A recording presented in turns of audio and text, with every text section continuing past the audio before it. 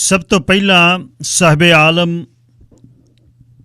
साहिब गुरु नानक पातशाह दे आगमन पुरब दियाँ प्रकाश पुरब दियाँ जिथे भी तुसी बैठे हो सारिਆਂ ਨੂੰ ਲੱਖ ਲੱਖ ਵਧਾਈਆਂ दिल ਦੀਆਂ ਗਹਿਰਾਈਆਂ ਤੋਂ ਤੇ ਅਰਦਾਸ ਕਿ ਅਸੀਂ ਮਨੁੱਖਤਾ ਦੇ ਭਲੇ ਲਈ ਮਨੁੱਖਤਾ ਦੀ ਸੇਵਾ ਲਈ ਸਿਰ ਜੋੜ ਕੇ ਦਿਲ ਜੋੜ ਕੇ ਸਦਾ ਸੇਵਾ ਕਰਦੇ ਰਹੀਏ हक सच की गल करते ही रहिए ते बाबर नूं जाबर कहण दी भी जरूरत रखिए।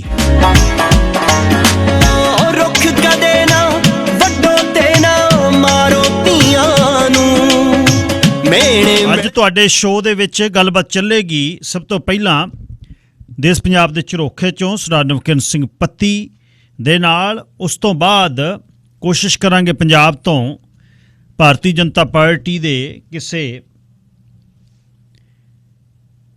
नेता नूं लैके कि किस तरह का माहौल है, की हो रहा है पार्टी दे विच, की है किस तरह दा जिहड़ा आउण वाला समा है, क्योंकि वोटां दी राजनीति हुण बहुत तेज़ होनी है।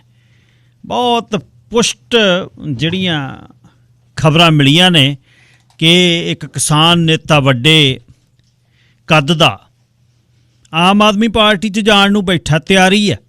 आ जिहड़ी समझौतियां दी गल ते कानूनां नूं रद्द करन दी गल तुहानूं याद होना 20 दिन पहलां आपां कही सी कि गुरु नानक पातशाह दे प्रकाश पुरब ते ये कानून रद्द हो जाने ने।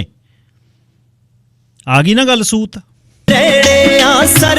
इस दे नाल ही जिथे सारे जशन जित दीआं खुशियां मना रहे ने, उत्थे देश की सरकार देश के प्रधानमंत्री नरेंद्र मोदी का भी धन्यवाद है।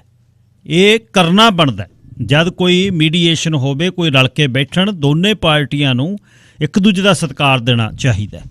ये विच इस तरह के वन साइडेड नहीं गल करनी, दोनों पासे होनी चाहिए। जब दो धिरी गलबात होंदी है, जब दोनों धिरां अपने वालों वधिया करन ते एक धिर मन जावे तां जिहड़ी जित्ती हुई धिर है, जिहड़ी महसूस कर रही है, उन्होंने मनण वाली धिर दा सत्कार करना चाहिए। जे गुरु नानक पातशाह ते अज प्रकाश पुरब की गल करनी है तो हलीमी राज की भी नाल ही गल करनी है, ये भी साडे मन च चाहिए। फिर माँ बोली की गल ते अज तुसीं गलबात गुरु नानक पातशाह दे प्रकाश पुरब दी भी करना चाहुंदे हो। पंजाब दे विच हालात माहौल किहो जिहा, नवकिरण सिंह पत्ती भी दस्सणगे ते आपां सारे अज इस दिन नूं मनावांगे। 604 204 0600 6042 040600 ऑन एयर नंबर है तो 604 729 1224 604 729 1224 व्हाट्सएप ते टैक्सट लिए मेरा नंबर है। अज वनखंडा ने टैकियां कुल धरत नूं चढ़िया चाज, मेघ धूसरे छट गए ते छतर गई निंबला। अज सुत्ती मिट्टी जाग पई ते जाग पे दरिया, अज रकड़ां दी कोई हिक ते गया महक दी अखर वाह। अज सभो चश्मे बौलियां सब झरने रहे मस्ता, गए पर्वत गिरियां चोटियां हो गिठ गिठ होर तां। अज वन विच हिरनी सू पई ते लिशकण लग पे काज, निग्गर आउणा अज निखर आउणा खित्तियां ते चढ़ना चंद नवा। अज अड्डियां नच्चण लगियां ते नैण गए सुल्फा, अज जटां जटूरे बोदड़े गए बिन तेलों थिंदिया। अज पवनी खुरियां मिश्रियां ते मिठत वधदी जा, अज रोहियां हो के बौरियां गया लिया चोग सराया पा। अज धुप्पां ध्यान धरेंदियां ते पढ़ वर्तमान गुटका, अज मौसम दे मिजरावड़े गए उंगलां दे विच पाज पाउण। शरीर दी डालीए रही फलियां नूं छणका, अज अड्डियां चुक चुक वेखदे अज किकरां ते फरमा। कहंदे वाट लमेरी मारदा एक साधु लंघ रिहा, जिहदे मणियां मथड़े सामणे गए सूरज भी कचिया। जिहदी पानी बन गए आरसी की आरसियां दी था, जो ब्रह्म जनेहू पैन दा सूतर नूं दूर भगा। जो लल्ली उमरे चलिया पांदे नूं पढ़ने पा, जो अथरा सी अलबेड़ा जिहदे सीस भजंगी छां। ओ बोदड़ियां दा शोकर ओ बेदड़ियां दा शोकरा, जो डाढा पेपरपा, जो चुगदा रब दियां रोड़ियां जिहदा नानक नाम पिया। अज तुरिया सिदकी जोगड़ा चानण दा दीप जगा, ओहदे उडणे पैर छबीलड़े ते पिंजणियां नूं चा। की आखां ओहदे बाबतां मेरा तन जावे कंडिया, ते मन दी डूंगी धरत ते एक मोर जिहा नचदा। अज परम दुलारी नानकी खुद मोढा थापड़िया, अज रब्बी साज रवाबड़ी चो शब्दा लैणे साह। ਹੁਣ ਸਭ ਤਰੇੜਾਂ ਲਿਪ ਕੇ ਆਪ ਸਭ ਟਿੱਬੇ ਦੇਣੇ ਬਾਹ ਅੱਜ ਭਰੇ ਪੰਜਾਬ ਦੀ ਵਲਗਣੋਂ ਜੇ ਉੱਠਿਆ ਆਪ ਖੁਦਾ ਮੈਂ ਤੇਰੇ ਪੈਰੀ ਨਾਨਕਾ ਕੁਲ ਜੀਵਨ ਰੱਖ ਲਿਆ ਤੇ ਤੇਰੇ ਪੈਰੋਂ ਉੱਡੀਆਂ ਧੂੜਾਂ ਨੂੰ ਚੱਖ ਲਿਆ ਮੈਨੂੰ ਚੂਹੀ ਚੌਂ ਕੂਟੀ ਹੀ ਜਾਪਦਾ ਬਸ ਤੇਰਾ ਅਕਸ ਜਿਆ ਇੱਕ ਰੀਝ ਕਰੇ ਦਿਲ ਨਿਤਰੀ ਤੇ ਲੈਂਦਾ ਇੱਕ ਸੁਪਨਾ ਜਿੱਥੇ ਯਸ਼ ਮਲੇਂਦੇ ਸੁਚੜੇ ਤੇ ਕੁਰਮ ਬਗੇ ਦਰਿਆ ਤੇਰੀ ਬੁੱਕਲ ਦੇ ਵਿੱਚ ਪਾਤਸ਼ਾਹ ਮੇਰੇ ਨਿਕਲ ਜਾਵਣ ਸਾਹ ਮੇਰੇ ਤਨ ਦਾ ਚੋਲਾ ਉੱਡ ਕੇ ਜਦ ਰਲ ਜਾਏ ਵਿੱਚ ਹਵਾ ਤੇ ਹਵਾ 'ਚ ਉੱਠੇ ਗੂੰਜ ਵੇ ਨਾਨਕਵਾ ਨਾਨਕਵਾ ਨਾਨਕਵਾ ਨਾਨਕਵਾ। ਗੁਰੂ ਨਾਨਕ ਪਾਤਸ਼ਾਹ ਦੇ ਪ੍ਰਕਾਸ਼ ਪੁਰਬ ਦੀਆਂ ਫੇਰ ਲੱਖ ਲੱਖ ਵਧਾਈਆਂ ਹਰਮਨਜੀਤ ਨੇ ਲਿਖਿਆ।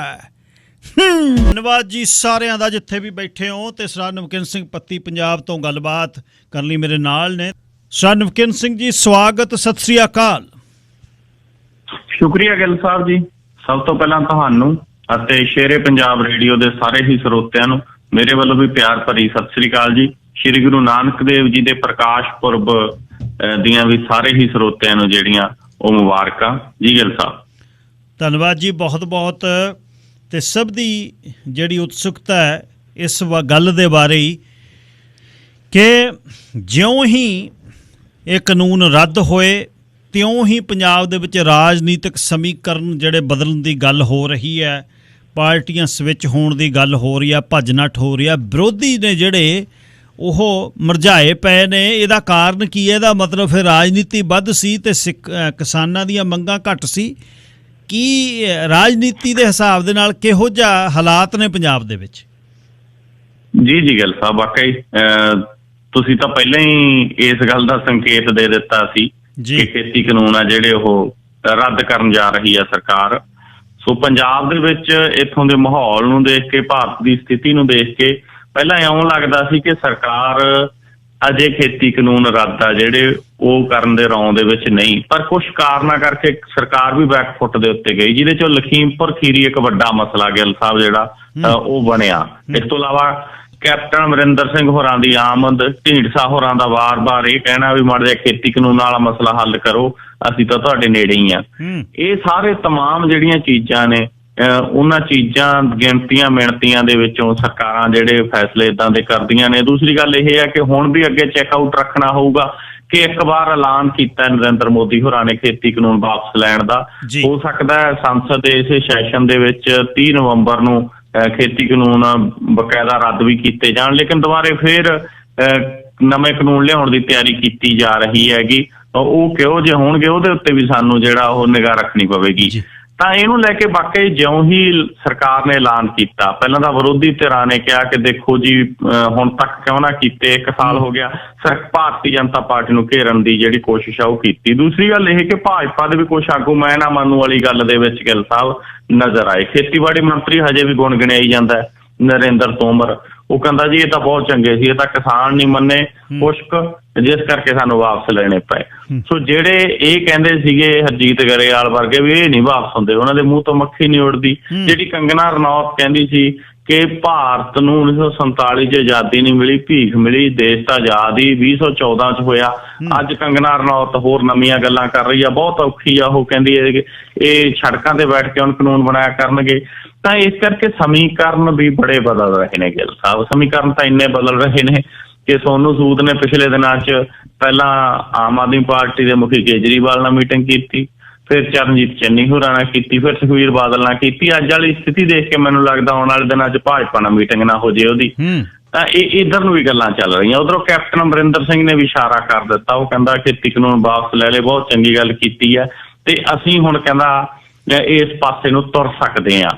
ਜਦੋਂ ਕੈਪਟਨ ਅਮਰਿੰਦਰ ਸਿੰਘ ਹੋਰੀ ਇਸ ਪਾਸੇ ਨੂੰ ਤੁਰ ਸਕਦੇ, ਦਾ ਮਤਲਬ ਆ ਕਿ ਉਹਨਾਂ ਦਾ ਗੱਠਜੋੜ ਆ ਜਿਹੜਾ ਲਗਭਗ ਸੰਭਾਵਨਾ ਨੇਪਰੇ ਚੜ੍ਹਨ ਦੀ ਹੈ, ਜਿਹਦੇ 'ਚ ਹੁਣ ਇਹ ਆਸ ਪ੍ਰਗਟਾਈ ਜਾ ਰਹੀ ਹੈ ਕਿ ਸੁਖਬੀਰ ਬਾਦਲ ਨੇ ਵੀ ਅੱਜ ਕਹਿਤਾ ਸੀ ਨਹੀਂ ਗੱਠਜੋੜ ਕਰਾਂਗੇ ਇਹਨਾਂ ਨਾਲ। ਬਾਦਲ ਪਰਿਵਾਰ ਦੇ ਨਾਲ ਭਾਜਪਾ ਵੀ ਗੱਠਜੋੜ ਕਰਨ ਦੇ ਲਈ ਤਿਆਰ ਨਹੀਂ ਹੈ। ਇਹ ਤਾਂ ਜੇ ਖੇਤੀ ਕਾਨੂੰਨਾਂ ਦਾ ਮਸਲਾ ਨਾ ਵੀ ਆਉਂਦਾ, ਜੇ ਹਰਸਿਮਰਤ ਕੌਰ ਬਾਦਲ ਖੇਤੀ ਕਾਨੂੰਨਾਂ ਦੇ ਕਰਕੇ ਅਸਤੀਫਾ ਨਾ ਵੀ ਦੇ ਕੇ ਆਉਂਦੀ, ਫਿਰ ਵੀ ਇਹਨਾਂ ਤੋਂ ਮਤਲਬ ਉਹਨਾਂ ਨੇ ਢੀਂਡਸੇ ਹੋਰਾਂ ਨੂੰ ਬੀ ਟੀਮ ਦੇ ਰੂਪ 'ਚ ਤਿਆਰ ਕਰ ਲਿਆ ਸੀਗਾ। ਤਾਂ ਉਹਦੇ 'ਚ ਹੁਣ ਗੱਲ ਸਾਹਿਬ ਇਹ ਹੈਗਾ ਕੈਪਟਨ ਅਮਰਿੰਦਰ ਸਿੰਘ, ਭਾਜਪਾ, ਇਸ ਤੋਂ ਇਲਾਵਾ ਢੀਂਡਸੇ ਹੋਰੀ, ਇਹਨਾਂ ਦਾ ਗੱਠਜੋੜ ਬਣਨ ਦੀ ਪੂਰੀ ਸੰਭਾਵਨਾ ਜਿਹੜੀ ਇਸ ਵਕਤ ਬਣੀ ਹੋਈ ਹੈ। ਤੇ ਵਾਕਈ ਬਹੁਤ ਸਾਰੇ ਜਿਹੜੇ ਕਿਸਾਨ ਆਗੂ ਨੇ ਉਹ ਕੁਛ ਤਾਂ ਵੋਟਾਂ 'ਚੋਂ ਦੇਖੋ ਪਾਸੇ ਰਹਿਣਗੇ, ਭਾਰਤੀ ਕਿਸਾਨ ਗਰਾਹਾਂ ਵੋਟਾਂ 'ਚੋਂ ਪਾਸੇ ਰਹੂਗੀ, ਡਕੌਂਦਾ ਪਾਸੇ ਰਹੂਗੀ, ਡਾਕਟਰ ਦਰਸ਼ਨਪਾਲ ਇਲੈਕਸ਼ਨ ਦਾ ਹਿੱਸਾ ਨਹੀਂ ਬਣੂ। ਲੇਕਿਨ ਕੁਛ ਨੇ ਜਿਹੜੇ ਉਹ ਤਿਆਰੀ ਖਿੱਚੀ ਫਿਰਦੇ ਨੇ। ਵਾਕਈ ਕੁਛ ਤਾਂ ਪੰਜਾਬੀ ਦੇ ਜਿਹੜੇ ਗਾਇਕ ਨੇ, ਈਵਨ ਸੋਨੀਆ ਮਾਨ ਤੇ ਹੋਰ ਬਹੁਤ ਸਾਰੇ, ਉਹ ਤਿਆਰੀ 'ਚ ਨੇ ਇਸ ਵਕਤ। ਐਤਕੀ ਬਹੁਤ ਗਾਇਕ ਨੇ ਜਿਹੜੇ ਉਹ ਟਿਕਟਾਂ ਲੱਭ ਰਹੇ ਨੇ ਵੱਖ-ਵੱਖ ਰਾਜਨੀਤਿਕ ਪਾਰਟੀਆਂ ਤੋਂ। ਤੇ ਇੱਕ ਕਿਸਾਨ ਆਗੂ ਨੇ ਜਿਹੜੇ, ਈਵਨ ਮੈਨੂੰ ਰਾਜੇਵਾਲ ਹੋਰਾਂ ਦਾ ਵੀ ਲੱਗਦਾ ਹੈਗਾ ਕਿ ਉਹ ਕਿਸੇ ਨਾ ਕਿਸੇ ਰਾਜਨੀਤਿਕ ਪਾਰਟੀ, ਖਾਸ ਕਰਕੇ ਆਮ ਆਦਮੀ ਪਾਰਟੀ ਦੇ ਵਿੱਚ ਜਾ ਸਕਦੇ ਨੇ ਤੇ ਹੋਰ ਵੀ ਕਿਸੇ ਪਾਸੇ ਵੀ ਤੁਰਨ ਦਾ ਜਿਹੜਾ ਰਾਹ ਲੱਭ ਸਕਦੇ ਨੇ। ਜਿਹੜਾ ਗੁਰਨਾਮ ਸਿੰਘ ਚੜੂਨੀ ਹੋਰਾਂ ਦਾ ਕਿਤੇ ਨਾ ਕਿਤੇ ਵਿਰੋਧ ਦਾ ਸੱਦਾ ਉਹ ਇਹੀ ਹੈ ਵੀ ਭਾਈ ਪੰਜਾਬ ਤਾਂ ਸਾਡਾ ਹੈਗਾ, ਅਸੀਂ ਪੰਜਾਬ ਦੇ ਵਿੱਚ ਸੋਚਣਾ ਕਿਸ ਤਰੀਕੇ ਦੇ ਨਾਲ ਅੱਗੇ ਵਧਣਾ ਹੈ। ਜੀ ਬਿਲਕੁਲ ਜੀ, ਇਹੀ ਖਬਰਾਂ ਮਿਲ ਰਹੀਆਂ ਨੇ। ਤੇ ਕੇਜਰੀਵਾਲ ਦਾ ਦੌਰਾ ਮੁਲਤਵੀ ਹੋ ਗਿਆ। ਮੈਨੂੰ ਤਾਂ ਇਹ ਪਤਾ ਲੱਗਿਆ ਜੀ ਕਿ ਜਿਹੜਾ ਕਿਸਾਨ ਨੇਤੇ ਨੂੰ ਲੈ ਕੇ ਆ ਰਹੇ ਨੇ ਆਮ ਆਦਮੀ ਪਾਰਟੀ ਵਾਲੇ, ਉਹਨੂੰ CM ਦਾ ਚਿਹਰਾ ਵੀ ਜਿਹੜਾ ਕੇਜਰੀਵਾਲ ਬਣਾ ਸਕਦੇ ਨੇ। ਤੇ ਮੁਲਤਵੀ ਕਿਉਂ ਕੀਤਾ ਦੌਰਾ ਜੀ ਕੇਜਰੀਵਾਲ ਉਹਨਾਂ ਨੇ? ਦੇਖੋ ਵਾਕਈ ਜੀ 2 ਦਿਨ ਦੇ ਲਈ ਦੌਰਾ ਜਿਹੜਾ ਮੁਲਤਵੀ ਕੀਤਾ ਗਿਆ। 20 ਨਵੰਬਰ ਨੂੰ ਅਰਵਿੰਦ ਕੇਜਰੀਵਾਲ ਹੋਰਾਂ ਨੇ ਮੋਗਾ ਆਉਣਾ ਸੀਗਾ, ਲੇਕਿਨ ਹੁਣ ਖੇਤੀ ਕਾਨੂੰਨਾਂ ਦੀ ਵਾਪਸੀ ਤੋਂ ਬਾਅਦ ਨਵੀਆਂ ਸਮੀਕਰਨਾਂ, ਨਵੀਆਂ ਸਾਹਬੰਦੀਆਂ ਬਣ ਰਹੀਆਂ ਨੇ। 22 ਨੂੰ ਆਉਣਗੇ, ਭਾਵੇਂ ਅਜੇ ਕਿਸਾਨ ਸੰਘਰਸ਼ ਤਾਂ ਚੱਲੂਗਾ ਜੀ, ਘੱਟੋ ਘੱਟ 30 ਨਵੰਬਰ ਤੱਕ ਤਾਂ ਚੱਲਣਾ ਹੀ ਚੱਲਣਾ, ਕਿਉਂਕਿ 29 ਨਵੰਬਰ ਨੂੰ ਸੈਸ਼ਨ ਸ਼ੁਰੂ ਹੋਣਾ ਹੈ। 30 ਨਵੰਬਰ ਦੇ ਨੇੜੇ ਆਸ ਆ ਗਈ ਕਿ ਖੇਤੀ ਕਾਨੂੰਨ ਵਾਪਸ ਲੈ ਜਾਣਗੇ। ਉਦੋਂ ਵੱਧ ਵੀ ਚੱਲ ਸਕਦਾ ਜਿਹੜਾ ਕਿਸਾਨ ਅੰਦੋਲਨ ਆ, ਕਿਉਂਕਿ ਜਿੱਥੇ ਖੇਤੀ ਕਾਨੂੰਨ ਰੱਦ ਕਰਾਉਣੇ ਇੱਕ ਮੁੱਦਾ ਸੀ, ਉੱਥੇ MSP ਦੀ ਗਰੰਟੀ ਜਿਹੜੀ ਆ ਉਹ ਦੂਜਾ ਮੁੱਦਾ ਹੈਗਾ। ਇਸ ਤੋਂ ਇਲਾਵਾ ਹੋਰ ਵੀ ਜਿਹੜੇ ਬਿਜਲੀ ਬਿੱਲ ਰੱਦ ਕਰਾਉਣ ਸਮੇਤ ਕਈ ਮੁੱਦੇ ਨੇ, ਲੇਕਿਨ MSP ਦੀ ਗਰੰਟੀ ਵੱਡਾ ਮੁੱਦਾ, ਜਿਹਦੇ ਕਰਕੇ ਅੰਦੋਲਨ ਆ ਜਿਹੜਾ ਦਸੰਬਰ ਦੇ ਪਹਿਲੇ ਹਫ਼ਤੇ ਤੱਕ ਵੀ ਚੱਲ ਸਕਦਾ। ਜਿਸ ਕਰਕੇ ਉਦੋਂ ਤੱਕ ਤਾਂ ਗਿੱਲ ਸਾਹਿਬ ਕੋਈ ਕਿਸਾਨ ਆਗੂ ਕਿਸੇ ਵੀ ਰਾਜਨੀਤਿਕ ਪਾਰਟੀ ਵਾਲੇ ਪਾਸੇ ਨੂੰ ਨਹੀਂ ਤੁਰੂਗਾ। ਲੇਕਿਨ ਇਹ ਜ਼ਰੂਰ ਆ ਕਿ ਅੰਦਰ ਖਾਤੇ ਇਹਦੀਆਂ ਕਿਆਸਰਾਈਆਂ ਜ਼ਰੂਰ ਚੱਲ ਰਹੀਆਂ। ਕੇਜਰੀਵਾਲ ਹੋਰਾਂ ਦਾ ਦੌਰਾ ਵੀ ਇਸੇ ਜਿਹੜੇ ਕਾਨੂੰਨ ਰੱਦ ਹੋਏ ਨੇ ਇਹਨਾਂ ਨਾਲ ਹੀ ਜੁੜ ਕੇ ਦੱਸਿਆ ਜਾ ਰਿਹਾ ਹੈਗਾ। ਦੂਸਰੀ ਗੱਲ ਇਹ ਹੈ ਗਿੱਲ ਸਾਹਿਬ ਕਿ ਜੇ ਕਿਸਾਨ ਆਗੂ ਇਸ ਤਰ੍ਹਾਂ ਦੇ ਨਾਲ ਕੋਈ ਜਾਂਦਾ ਹੈਗਾ ਕਿਸੇ ਰਾਜਨੀਤਿਕ ਪਾਰਟੀ 'ਚ, ਹੈ ਤਾਂ ਦੇਖੋ ਉਹਦੇ ਨਿੱਜੀ ਫੈਸਲਾ, ਲੇਕਿਨ ਇਹ ਠੀਕ ਨਹੀਂ ਹੋਊਗਾ ਕਿਉਂਕਿ ਖੇਤੀ ਕਾਨੂੰਨ ਰੱਦ ਹੋਣ ਨਾਲ ਕਿਸਾਨ ਥੋੜੀ ਨਾ ਖੁਸ਼ ਹੋ ਗਏ। ਖੇਤੀ ਕਾਨੂੰਨ ਰੱਦ ਹੋਣਾ ਇੱਕ ਮਸਲਾ ਸੀ, ਲੇਕਿਨ ਕਰਜ਼ੇ ਕਰਕੇ ਖੁਦਕੁਸ਼ੀਆਂ ਜਿੰਨੀਆਂ ਹੋ ਰਹੀਆਂ, ਕਿਸਾਨ ਮੂਵਮੈਂਟ ਤਾਂ ਜੇ ਅਸੀਂ ਸ਼ੁਰੂਆਤ ਹੈ ਤਾਂ ਇਹ ਤਾਂ ਜਿੱਥੋਂ ਅਸੀਂ 1.5 ਸਾਲ ਪਹਿਲਾਂ ਖੜੇ ਸੀ ਉੱਥੇ ਅੱਜ ਜਾ ਪਹੁੰਚੇ ਆ। 1.5 ਸਾਲ ਪਹਿਲਾਂ ਮਤਲਬ ਜਿੱਥੇ ਖੁਦਕੁਸ਼ੀਆਂ, ਫਸਲਾਂ ਦੇ ਵਾਜਬ ਭਾਅ ਨਾ ਮਿਲਣੇ, ਦੁੱਧ ਦਾ ਸਹੀ ਭਾਅ ਨਾ ਮਿਲਣਾ, ਉੱਥੇ ਜਾ ਕੇ ਪਹੁੰਚੇ ਅੱਜ। ਸੋ ਇੱਥੋਂ ਗਾਹਾਂ ਨੂੰ ਤੁਰਨਾ ਕਿਸਾਨ ਆਗੂਆਂ ਨੂੰ ਮੈਨੂੰ ਲੱਗਦਾ ਕਿ ਕਿਸਾਨ ਮੂਵਮੈਂਟ ਦਾ ਹਿੱਸਾ ਬਣ ਕੇ ਹੀ ਅਜੇ ਚੱਲਣਾ ਚਾਹੀਦਾ, ਜਦੋਂ ਤੱਕ ਕਿਸਾਨਾਂ ਦੇ ਤਮਾਮ ਮਸਲੇ ਹੱਲ ਨਹੀਂ ਹੁੰਦੇ। ਜੀ ਨਵਕਿੰਦਰ ਸਿੰਘ ਜੀ, ਇਹ ਦੱਸਿਓ ਫਿਰ ਨਵਜੋਤ ਸਿੱਧੂ ਨੇ ਆਪਣਾ ਅਟਾਰਨੀ ਜਨਰਲ ਜਿਹੜਾ ਉਹ ਅਟਾਰਨੀ ਜਨਰਲ ਨਹੀਂ, ਜਿਹੜਾ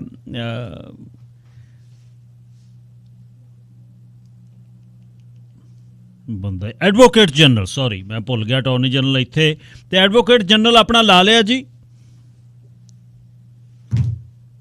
ਸਿੰਘ ਸਿੱਧੂ ਹੋਰਾਂ ਦੀ ਇਸ ਮਸਲੇ 'ਚ ਪੁੱਗ ਗਈ ਜੀ।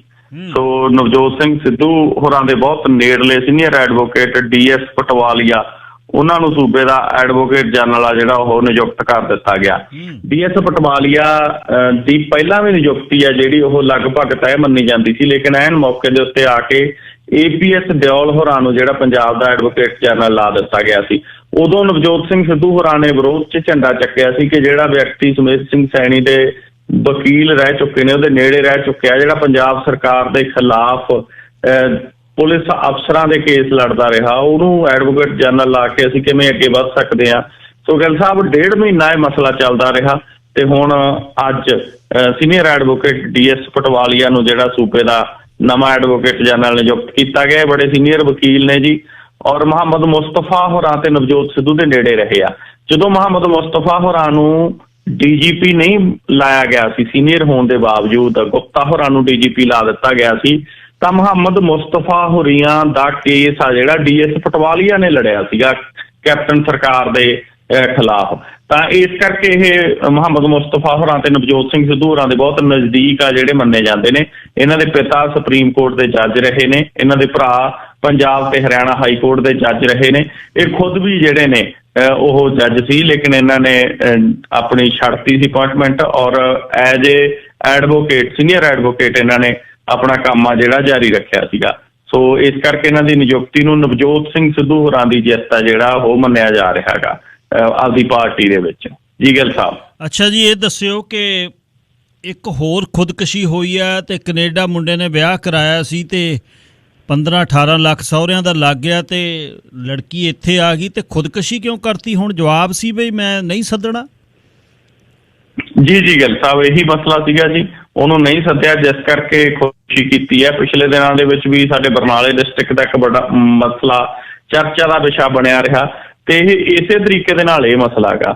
14 ਲੱਖ ਰੁਪਇਆ ਇੱਕ ਲੜਕੀ ਨੂੰ ਸਟੱਡੀ ਵੀਜ਼ੇ ਦੇ ਉੱਤੇ ਵਿਦੇਸ਼ ਭੇਜਣ ਦੇ ਲਈ ਨੌਜਵਾਨ ਦੇ ਪਰਿਵਾਰ ਨੇ ਲਾਇਆ ਸੀ। ਮਸਲਾ ਹੁਸ਼ਿਆਰਪੁਰ ਨੇੜਲੇ ਪਿੰਡ ਸਤੌਰ ਦਾ ਹੈ ਔਰ ਮਰਨ ਵਾਲੇ ਮੁੰਡੇ ਦਾ ਨਾਮ ਸੁਖਰਾਜ ਸਿੰਘ ਹੈ ਔਰ ਸੁਖਰਾਜ ਸਿੰਘ ਦੇ ਮਾਪਿਆਂ ਨੇ ਪੈਸਾ ਲਾਇਆ ਸੀ ਵਿਦੇਸ਼ ਭੇਜਣ ਦੇ ਲਈ ਆਈਲੈਟਸ ਪਾਸ ਕੁੜੀ ਦੇ ਉੱਤੇ ਔਰ ਉਹਨੇ ਗਿੱਲ ਸਾਹਿਬ ਉਸ ਨੌਜਵਾਨ ਨੂੰ ਜਿਹੜਾ ਉਹ ਸੱਦਣ ਤੋਂ ਮਨਾ ਕਰ ਦਿੱਤਾ ਸੀ, ਜਿਸ ਕਰਕੇ ਨੌਜਵਾਨ ਨੇ ਖੁਦਕੁਸ਼ੀ ਕਰ ਲਈ।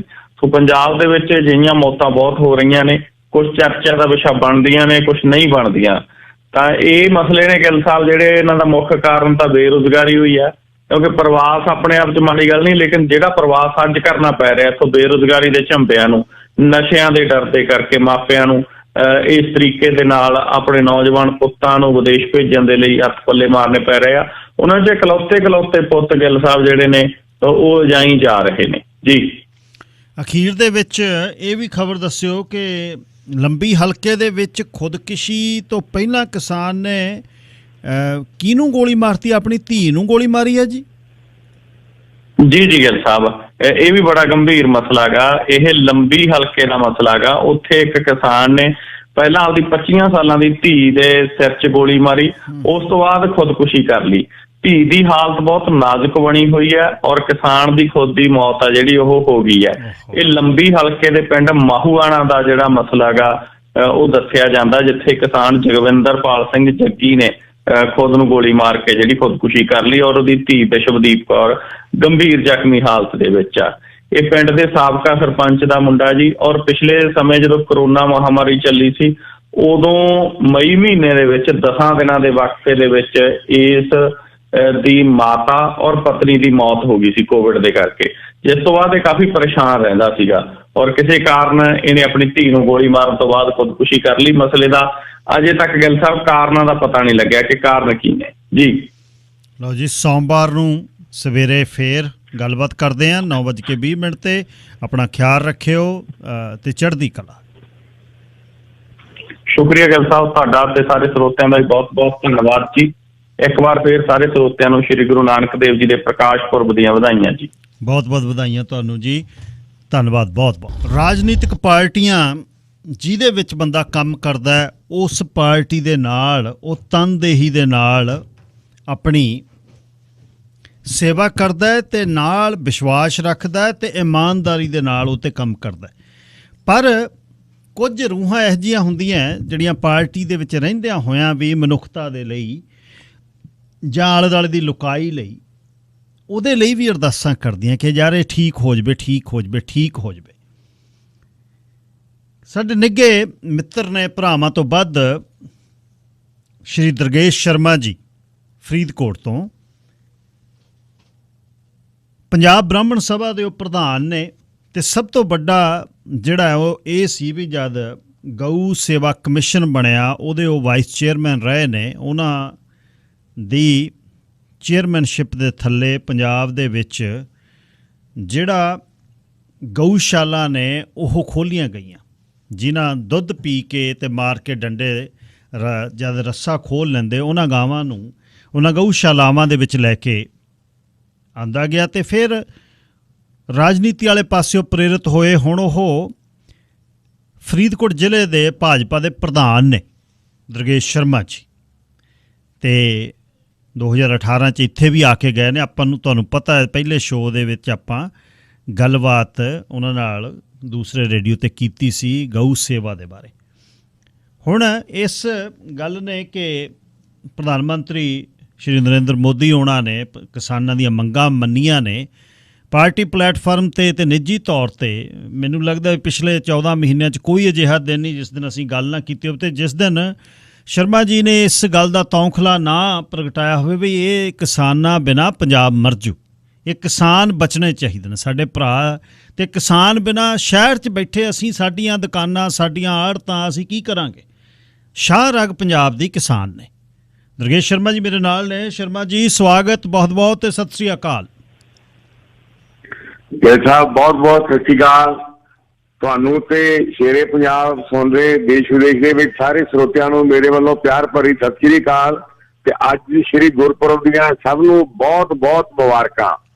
ਧੰਨਵਾਦ ਜੀ, ਬਹੁਤ ਬਹੁਤ ਤੁਹਾਨੂੰ ਵੀ ਮੁਬਾਰਕਾਂ ਭਾਈ ਸਾਹਿਬ। ਤੇ ਤੁਹਾਡਾ ਜਿਹੜਾ ਤੌਖਲਾ ਸੀ ਪਿਛਲੇ 14 ਮਹੀਨਿਆਂ ਦਾ, ਤੇ ਆਪਣੇ ਤੌਰ ਤੇ ਜਿੱਥੇ ਤੁਹਾਡੀ ਪਾਰਟੀ ਜਗ੍ਹਾ ਸੀ ਤੁਸੀਂ ਕੋਸ਼ਿਸ਼ ਵੀ ਕਰਦੇ ਰਹੇ, ਹਾਲਾਂਕਿ ਤੁਹਾਡੀ ਪ੍ਰਧਾਨਗੀ ਪਿਛਲੇ 5-6 ਮਹੀਨੇ ਵਿੱਚ ਹੀ ਹੋਈ, ਤੇ ਤੁਸੀਂ ਅੱਜ ਦੇ ਪ੍ਰਧਾਨ ਮੰਤਰੀ ਉਹਨਾਂ ਦਾ ਜਿਹੜਾ ਕਿਸਾਨਾਂ ਦੇ ਇਸ ਬਿੱਲਾਂ ਨੂੰ ਉਹਨਾਂ ਨੇ ਵਾਪਸ ਲਿਆ, ਇਸ ਨੂੰ ਨਿੱਜੀ ਤੌਰ ਤੇ ਜਾਂ ਪਾਰਟੀ ਦੇ ਤੌਰ ਤੇ ਕਿਸ ਤਰ੍ਹਾਂ ਮਹਿਸੂਸ ਕਰਦੇ ਹੋ?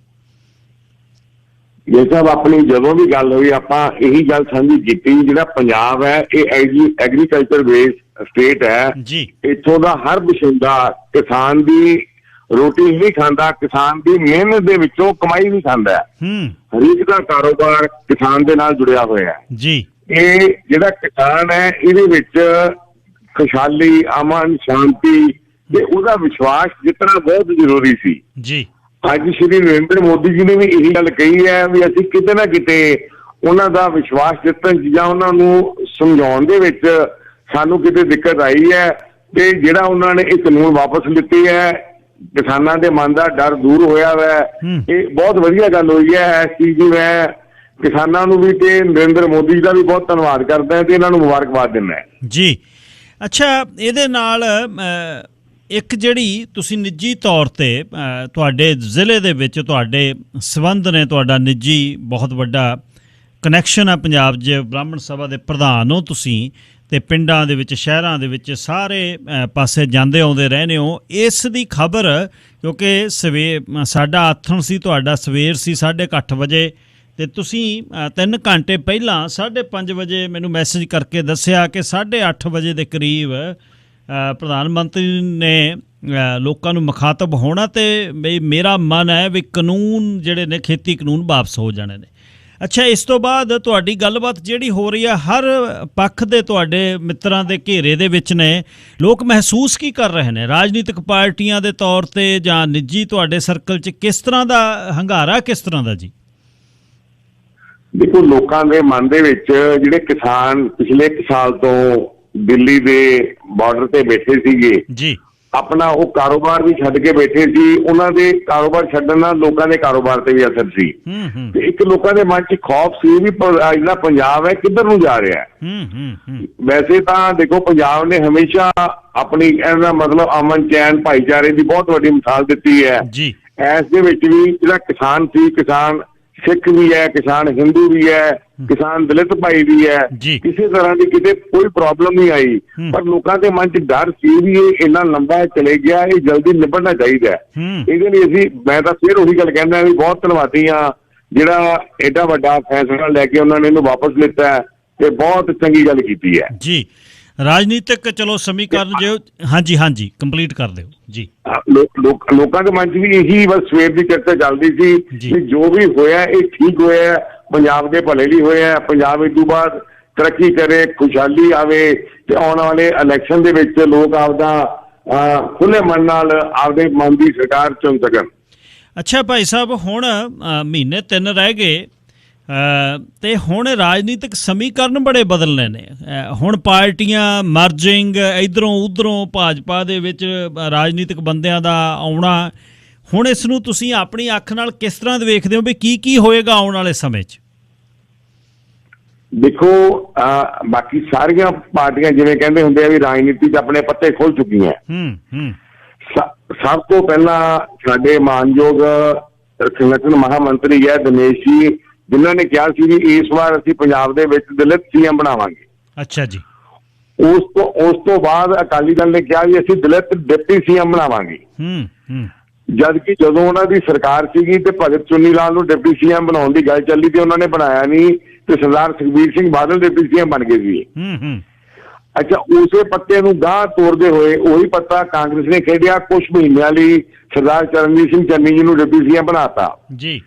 ਪਰ ਅਸੀਂ ਤਾਂ ਆਉਣ ਵਾਲੇ ਇਲੈਕਸ਼ਨ ਦੇ ਵਿੱਚ ਦਲਿਤ ਭਾਈਚਾਰੇ ਤੋਂ ਸੀਐਮ ਬਣਾਉਣ ਦੀ ਸਾਡੇ ਸੰਗਠਨ ਮਹਾਮੰਤਰੀ ਨੇ ਗੱਲ ਕਹੀ ਹੋਈ ਹੈ ਤੇ ਸਾਨੂੰ ਪੂਰੀ ਉਮੀਦ ਹੈ। ਸ਼ਹਿਰੀ ਜਿਹੜੇ ਮੋਦੀ ਜੀ ਦੇ ਕੰਮਾਂ ਤੋਂ ਬਹੁਤ ਖੁਸ਼ ਹੈ, ਇੰਟਰਨੈਸ਼ਨਲ ਲੈਵਲ ਤੇ ਸਾਡੀ ਸਾਖ ਵਧੀ ਹੈ ਤੇ ਦਲਿਤ ਭਾਈਚਾਰਾ ਕਿਸਾਨ ਵੀ ਸਾਡੇ ਮੋਦੀ ਜੀ ਨੇ ਜਿਹੜੀ ਅੱਜ ਆਪਦੇ ਸੰਬੋਧਨ ਚ ਕਿਹਾ ਹੈ ਵੀ ਮੈਂ ਖੇਤੀ ਵਾਸਤੇ ਪਹਿਲਾਂ ਨਾਲੋਂ 5 ਗੁਣਾ ਵੱਧ ਜ਼ਿਆਦਾ ਕੰਮ ਕੀਤੇ ਹੈ ਤੇ ਪੂਰੀ ਉਮੀਦ ਹੈ ਲੋਕ ਸਾਨੂੰ ਫਤਵਾ ਦੇਣਗੇ ਤੇ ਭਾਰਤੀ ਜਨਤਾ ਪਾਰਟੀ ਦੀ ਸਰਕਾਰ ਬਣਾਉਣਗੇ। ਅੱਛਾ ਭਾਈ ਸਾਹਿਬ, ਨਾਲ ਇੱਕ ਹੁਣੇ ਦੱਸਿਓ ਵੀ ਜਿਹੜੀ ਤੁਹਾਡੀ ਸਭ ਤੋਂ ਵੱਡੀ ਜਿਹੜੀ ਸੇਵਾ ਤੁਸੀਂ ਕਮਿਸ਼ਨ ਇੱਕ ਬਣਿਆ ਸ਼੍ਰੋਮਣੀ ਅਕਾਲੀ ਦਲ ਦੀ ਸਰਕਾਰ ਦੇ ਵੇਲੇ ਤੇ ਸਰ ਸੁਖਬੀਰ ਸਿੰਘ ਬਾਦਲ ਉਹਨਾਂ ਦੇ ਬਹੁਤ ਤੁਸੀਂ ਨਿੱਜੀ ਦੋਸਤ ਰਹੇ ਹੋ, ਹਾਲੇ ਵੀ ਤੁਹਾਡੇ ਵਧੀਆ ਸੰਬੰਧ ਨੇ ਉਹਨਾਂ ਨਾਲ ਤੇ ਉਹ ਸੇਵਾ ਤੁਸੀਂ ਕਰਦੇ ਰਹੇ। ਗਾਵਾਂ ਜਿਹੜੀਆਂ ਦੁੱਧ ਪੀ ਕੇ ਲੋਕ ਮਾਰ ਕੇ ਡੰਡਾ ਕੱਢ ਦਿੰਦੇ ਤੇ ਐਕਸੀਡੈਂਟ ਹੁੰਦੇ, ਫਸਲਾਂ ਜ਼ਿਮੀਂਦਾਰ ਔਖੇ ਹੁੰਦੇ ਤੇ ਉਹਨਾਂ ਨੂੰ ਗਊਸ਼ਾਲਾਵਾਂ ਦੇ ਵਿੱਚ ਲੈ ਕੇ ਜਾਂਦੇ ਰਹੇ ਤੇ ਹੁਣ ਵੀ ਤੁਸੀਂ ਕੰਟੀਨਿਊ ਉਸ ਸੇਵਾ ਦੇ ਵਿੱਚੋਂ। ਉਸ ਦੇ ਬਾਰੇ ਸੁਣਨ ਵਾਲਿਆਂ ਨੂੰ ਜ਼ਰੂਰ ਦੱਸੋ ਜੀ, ਉਹ ਕਿਸ ਤਰ੍ਹਾਂ ਚੱਲ ਰਹੀ ਹੈ ਗਊਸ਼ਾਲਾਵਾਂ ਦਾ ਜਿਹੜਾ ਤੁਹਾਡੇ ਤੋਂ ਬਾਅਦ ਉਹ ਕਮਿਸ਼ਨ ਕਿਵੇਂ ਕਰ ਰਿਹਾ ਤੇ ਉਹਦੀ ਸੇਵਾ ਕਿਸ ਤਰ੍ਹਾਂ ਚੱਲ ਰਹੀ ਹੈ ਇਸ ਕਾਂਗਰਸ ਦੀ ਸਰਕਾਰ ਵੇਲੇ? ਭਾਈ ਸਾਹਿਬ, ਇਹਦੇ ਬਾਰੇ ਮੈਂ ਤੁਹਾਨੂੰ ਦੱਸਣਾ ਚਾਹੂੰਗਾ। ਜਦੋਂ ਮੈਂ ਗਊ ਸੇਵਾ ਕਮਿਸ਼ਨ ਦੇ ਵਿੱਚ ਸੇਵਾ ਸੰਭਾਲੀ ਜੀ ਤੇ ਮਨ ਦੇ ਵਿੱਚ ਇੱਕ ਸ਼ੌਂਕ ਸੀ ਗਊ ਸੇਵਾ ਲਈ ਕੋਈ ਭਲਾਈ ਦੇ ਕੰਮ ਕਰਨ ਦਾ, ਕਿਉਂਕਿ ਜਦੋਂ ਸਫ਼ਰ ਕਰਨਾ, ਸੜਕਾਂ ਤੇ ਜਾਣਾ ਤੇ ਵੇਖਣਾ ਖੇਤਾਂ ਦੇ ਵਿੱਚ ਝੁੰਡ ਗਊਆਂ ਦਾ ਤੁਰਿਆ ਫਿਰਦਾ ਹੋਣਾ ਜੀ ਤੇ ਮਨ ਨੂੰ ਦਰਦ ਹੋਣਾ ਵੀ ਜਦੋਂ ਸਵੇਰੇ ਆ ਕੇ ਜ਼ਿਮੀਂਦਾਰ ਵੇਖੂਗਾ ਤੇ ਉਹਦੇ ਦਿਲ ਤੇ ਕੀ ਬੀਤੂਗੀ। ਅੱਛਾ, ਰੋਡ ਐਕਸੀਡੈਂਟ ਹੋ ਜਾਣੇ, ਪਰਿਵਾਰਾਂ ਦੇ ਪਰਿਵਾਰ ਖਤਮ ਹੋ ਜਾਣੇ, ਸਨਾਤਨ ਧਰਮ ਦੀ ਆਦਰ ਆਪਣਾ ਦਾ ਪ੍ਰਤੀਕ, ਆਸਥਾ ਦਾ ਪ੍ਰਤੀਕ ਗਊ ਮਾਤਾ ਨੂੰ ਡੰਡੇ ਵੱਜਣੇ ਜਾਂ ਕਿਤੇ ਐਕਸੀਡੈਂਟ ਹੋ ਜਾਣੇ, ਉਹ ਵੀ ਦੁੱਖ ਹੋਣਾ। ਤੇ ਅਸੀਂ ਮਨ ਦੇ ਵਿੱਚ ਜਿਹੜਾ ਸੁਪਨਾ ਉਹਨੂੰ ਪੂਰਾ ਕਰਨ ਲਈ ਹਰੇਕ ਜ਼ਿਲ੍ਹੇ 'ਚ ਸਰਕਾਰੀ 25-25 ਏਕੜ ਜਗ੍ਹਾ ਲੈ ਕੇ ਗਊਸ਼ਾਲਾ ਬਣਵਾਈ ਜੀ। ਪ੍ਰਾਈਵੇਟ ਗਊਸ਼ਾਲਾ ਵਾਸਤੇ ਅਸੀਂ ਬਿਜਲੀ ਦੇ ਬਿੱਲ ਮਾਫ ਕਰਵਾਏ, ਸਟੈਂਪ ਡਿਊਟੀ ਮਾਫ ਕਰਾਈ, ਟਿਊਬਵੈੱਲ ਪਹਿਲ ਦੇ ਆਧਾਰ ਤੇ ਲਵਾਏ ਤੇ ਜਿਹੜਾ ਸਭ ਤੋਂ ਵੱਡਾ ਕੰਮ ਕੀਤਾ ਸੀ ਇੱਕ ਕਾਊ ਸੈਸ ਲਵਾਇਆ 10 ਆਈਟਮਾਂ ਦੇ ਜੀ। ਉਹ ਕਾਊ ਸੈਸ ਅੱਜ 200 ਕਰੋੜ ਰੁਪਏ ਤੋਂ ਉੱਪਰ ਪੰਜਾਬ ਦੀ ਜਿਹੜੀ ਕਾਂਗਰਸ ਸਰਕਾਰ ਹੈ ਇਹਦੇ ਕੋਲ ਇਕੱਠਾ ਹੋਇਆ ਪਿਆ ਹੈ ਜੀ। ਪਰ ਮੈਂ ਤੁਹਾਨੂੰ ਬੜੇ ਦੁੱਖ ਨਾਲ ਕਹਿਣਾ ਚਾਹੂੰਗਾ, ਪਿਛਲੇ 4 ਸਾਲਾਂ ਦੇ ਵਿੱਚ ਇਹਨਾਂ ਨੇ ਕਾਊ ਸੈਸ 'ਚ 1 ਰੁਪਈਆ ਵੀ ਰਿਲੀਜ਼ ਨਹੀਂ ਕੀਤਾ। ਸਾਡੇ ਫਰੀਦਕੋਟ ਦੀ ਗਊਸ਼ਾਲਾ ਦੇ ਵਿੱਚ ਪਿੱਛੇ ਜੇ ਮੇਰੀਆਂ ਕਾਫੀ ਅਖਬਾਰਾਂ 'ਚ ਖਬਰਾਂ ਵੀ ਆਈਆਂ, ਬਿਲਕੁਲ ਜੀ, ਗਊਆਂ ਦੇ ਕੁੱਤੇ ਖਾ ਰਹੇ ਆ, ਜਿਹੜੀ ਬਹੁਤ ਦਰਦਨਾਕ ਘਟਨਾ ਹੋਈ। ਕੋਈ ਉੱਥੇ ਪੈਸਾ ਨਹੀਂ ਲੱਗ ਰਿਹਾ, ਕਿਸੇ ਨੂੰ ਉਸ ਚੀਜ਼ ਦੀ ਕੋਈ ਪਰਵਾਹ ਨਹੀਂ, ਕੋਈ ਉੱਥੇ ਸੇਵਾ ਨਹੀਂ ਹੋ ਰਹੀ, ਕੋਈ ਇਹ ਖਿਆਲ ਨਹੀਂ ਰੱਖ ਰਹੇ। ਮੈਂ ਤਾਂ ਚੰਨੀ ਸਰਕਾਰ ਨੂੰ ਇਹ ਗੱਲ ਕਹੀ ਸੀ ਵੀ ਤੁਸੀਂ ਆਪਣੇ ਕੋਲੋਂ, ਸਰਕਾਰ ਨੇ ਤਾਂ ਕੀ ਦੇਣਾ ਹੈ, ਲੋਕਾਂ ਦੁਆਰਾ ਦਿੱਤਾ ਪੈਸਾ ਉਹੀ ਗਊ ਭਲਾਈ ਤੇ ਖਰਚ ਲਓ ਤੇ ਨਾ ਤਾਂ ਰੋਡ ਐਕਸੀਡੈਂਟ ਹੋਣ, ਨਾ ਗਊ ਮਾਤਾ ਨੂੰ ਕੋਈ ਨੁਕਸਾਨ ਹੋਵੇ ਤੇ ਨਾ ਹੀ ਕਿਸਾਨਾਂ ਦੀ ਫਸਲ ਖਰਾਬ ਹੋਵੇ। ਪਰ ਪਤਾ ਨਹੀਂ ਕਿਉਂ ਇਹ ਇਸ ਕੰਮ ਲਈ ਇਹਨਾਂ ਦਾ ਕੋਈ ਧਿਆਨ ਨਹੀਂ ਜਾ ਰਿਹਾ ਤੇ ਕੋਈ ਵੀ ਗਊ ਭਲਾਈ ਦਾ ਕੰਮ ਨਹੀਂ ਕਰ ਰਹੇ। ਤੇ ਭਾਈ ਸਾਹਿਬ, ਅਖੀਰ ਦੇ ਵਿੱਚ ਇਸ ਖੁਸ਼ੀ ਦੇ ਦਿਨ ਗੁਰੂ ਪਾਤਸ਼ਾਹ ਦੇ ਪ੍ਰਕਾਸ਼ ਪੁਰਬ ਤੇ ਜਿਹੜਾ ਕਿਸਾਨਾਂ ਦੇ ਕਾਨੂੰਨ ਦੀ ਗੱਲਬਾਤ ਹੋਈ ਹੈ ਤੇ ਇਸ ਦੇ ਬਾਰੇ ਅਖੀਰ ਦੇ ਵਿੱਚ ਤੁਹਾਡਾ ਕੀ ਮਨ ਹੈ, ਕੀ ਕਹਿਣਾ ਚਾਹੁੰਦੇ ਹੋ ਜੀ ਸੁਣਨ ਵਾਲਿਆਂ ਨੂੰ? ਦੇਖੋ, ਮੈਂ ਤਾਂ ਉਹ ਜਿਹੜੀ ਜਿੱਥੋਂ ਗੱਲ ਸ਼ੁਰੂ ਕੀਤੀ ਸੀ ਵੀ ਪੰਜਾਬ ਐਗਰੀਕਲਚਰ ਬੇਸ ਹੈ, ਮੈਂ ਤਾਂ ਪਰਮਾਤਮਾ ਅੱਗੇ ਅਰਦਾਸ ਕਰੂੰਗਾ ਵੀ ਸਾਡੇ ਪੰਜਾਬ ਦਾ ਜਿਹੜਾ ਕਿਸਾਨ ਹੈ ਇਹ ਹੱਸਦਾ ਵਸਦਾ ਰਹੇ, ਕਿਉਂਕਿ ਹੱਡ ਤੋੜਵੀਂ ਮਿਹਨਤ ਕਰਦਾ ਹੈ, ਬਹੁਤ ਜ਼ਿਆਦਾ ਮਿਹਨਤੀ ਕਿਸਾਨ ਹੈ। ਪਰਮਾਤਮਾ ਇਹਨਾਂ ਨੂੰ ਹਮੇਸ਼ਾ ਖੁਸ਼ ਰੱਖੇ, ਇਹਨਾਂ ਦੇ ਘਰਾਂ 'ਚ ਖੁਸ਼ਹਾਲੀ ਆਵੇ ਤੇ ਇਹਦੇ ਨਾਲ ਪੰਜਾਬ ਦਾ ਬਿਜ਼ਨਸ ਵਧੇ ਤੇ ਸਾਰੇ ਪੰਜਾਬੀ ਆਪਸ 'ਚ ਰਲ ਮਿਲ ਕੇ ਰਹਿਣ। ਮੈਂ ਇਹੀ ਗੁਰਪੁਰਬ ਤੇ ਗੁਰੂ ਮਹਾਰਾਜ ਦੇ ਚਰਨਾਂ ਦੇ ਵਿੱਚ ਅਰਦਾਸ ਬੇਨਤੀ ਕਰਦਾ। ਧੰਨਵਾਦ ਭਾਈ ਸਾਹਿਬ ਤੁਹਾਡੇ ਸਮੇਂ ਲਈ। ਦੇਰ ਰਾਤ ਗਏ ਤੁਸੀਂ ਗੱਲਬਾਤ ਕੀਤੀ ਤੇ ਸਦਾ ਪੰਜਾਬ ਦੇ ਖੈਰ ਖੁਆਹ ਤੇ ਸਦਾ ਤੁਹਾਡੀ ਜਿਹੜੀ ਦਿਲ ਦੀ ਹੂਕ ਸੀ, ਤੜਫ ਹੈ ਪਿਛਲੇ 13-14 ਮਹੀਨੇ ਜਦ ਵੀ ਆਪਾਂ ਗੱਲ ਕੀਤੀ, ਇਹਦੇ ਲਈ ਮੇਰਾ ਨਿੱਜੀ ਤੌਰ 'ਤੇ ਮੇਰਾ ਮਨ ਜਿਹੜਾ ਬਾਗੋ ਬਾਗ ਹੋ ਜਾਂਦਾ ਸੀ ਜਦ ਤੁਹਾਡੇ ਨਾਲ ਗੱਲ ਕਰਦਾ ਸੀ ਮੈਂ, ਕਿ ਚਲੋ ਪਾਰਟੀ ਇੱਕ ਚੀਜ਼ ਹੈ ਪਰ ਦਿਲ ਦੇ ਵਿੱਚ ਸਾਡੇ 'ਚ ਇਹ ਜ਼ਰੂਰ ਹੋਣਾ ਚਾਹੀਦਾ ਵੀ ਯਾਰ ਇਹ ਸਾਡੇ ਨਾਲ ਦੇ ਭਾਈ ਨੇ, ਇਹ ਹੱਸਦੇ ਵਸਦੇ ਨੇ ਤੇ ਤਾਂ ਹੀ ਅਸੀਂ ਸਾਰੇ ਜਿਹੜੇ ਨੇ ਅਸੀਂ ਖੁਸ਼ ਹਾਂ, ਇੰਟਰ ਰਿਲੇਟਡ ਸਾਡੇ ਸਾਰੇ ਕੰਮ ਨੇ। ਤੁਹਾਨੂੰ ਫੇਰ ਬਹੁਤ ਬਹੁਤ ਵਧਾਈ ਜੀ ਤੇ ਧੰਨਵਾਦ ਬਹੁਤ ਬਹੁਤ ਤੁਹਾਡੇ ਸਮੇਂ ਲਈ। ਬਹੁਤ ਬਹੁਤ ਤੁਹਾਡਾ ਵੀ ਬਹੁਤ ਬਹੁਤ ਧੰਨਵਾਦ ਗਿੱਲ ਸਾਹਿਬ, ਬਹੁਤ ਬਹੁਤ ਮਿਹਰਬਾਨੀ, ਧੰਨਵਾਦ। ਇਹ ਸਨ ਸ਼੍ਰੀ ਦੁਰਗੇਸ਼ ਸ਼ਰਮਾ ਜੀ, ਜਿਹੜੇ ਪ੍ਰਧਾਨ ਨੇ ਪੰਜਾਬ ਬ੍ਰਾਹਮਣ ਸਭਾ ਦੇ, ਅਤੇ ਉਹ ਵਾਈਸ ਚੇਅਰਮੈਨ ਰਹੇ ਨੇ ਪੰਜਾਬ ਗਊ ਸੇਵਾ ਕਮਿਸ਼ਨ ਦੇ, ਅਤੇ ਹੁਣ ਡਿਸਟ੍ਰਿਕਟ ਫਰੀਦਕੋਟ ਦੇ ਭਾਜਪਾ ਦੇ ਉਹ ਪ੍ਰਧਾਨ ਨੇ। ਸੋ ਉਹ ਗੱਲਬਾਤ ਕਰ ਰਹੇ ਸੀ, ਅਤੇ ਇਸ ਤਰ੍ਹਾਂ ਦਾ ਹੀ ਜਿਹੜਾ ਮਾਹੌਲ ਹੈ ਪੰਜਾਬ ਦੀ ਮਿੱਟੀ ਨਾਲ, ਪੰਜਾਬ ਦੇ ਪਿੰਡਾਂ ਨਾਲ ਅਤੇ ਮਿੱਤਰਾਂ ਦੇ ਘੇਰੇ ਦੇ ਵਿੱਚ ਵਿਚਰਦੇ ਹਾਂ। ਜਦ ਤੁਸੀਂ ਹਰ ਵਕਤ ਗੱਲਬਾਤ ਕਰਦੇ ਹੋ ਅਤੇ ਦਿਲ ਅਕਸਰ ਜਦ ਵੀ ਗੱਲਬਾਤ ਕਰਨੀ ਤਾਂ ਸ਼ਰਮਾ ਜੀ ਨੇ ਇਸ ਗੱਲ 'ਤੇ ਤੌਖਲਾ ਬਹੁਤ ਉਹਨਾਂ ਨੇ ਪ੍ਰਗਟਾਉਣਾ ਕਿ ਜਿਹੜੀ ਰਾਜਨੀਤੀ ਵੱਡੀ ਹੋ ਰਹੀ ਹੈ ਇਹਦਾ ਮੈਨੂੰ ਦੁੱਖ ਹੈ, ਕਿਸੇ ਪਾਸੇ ਨਿਬੜ ਜਾਵੇ।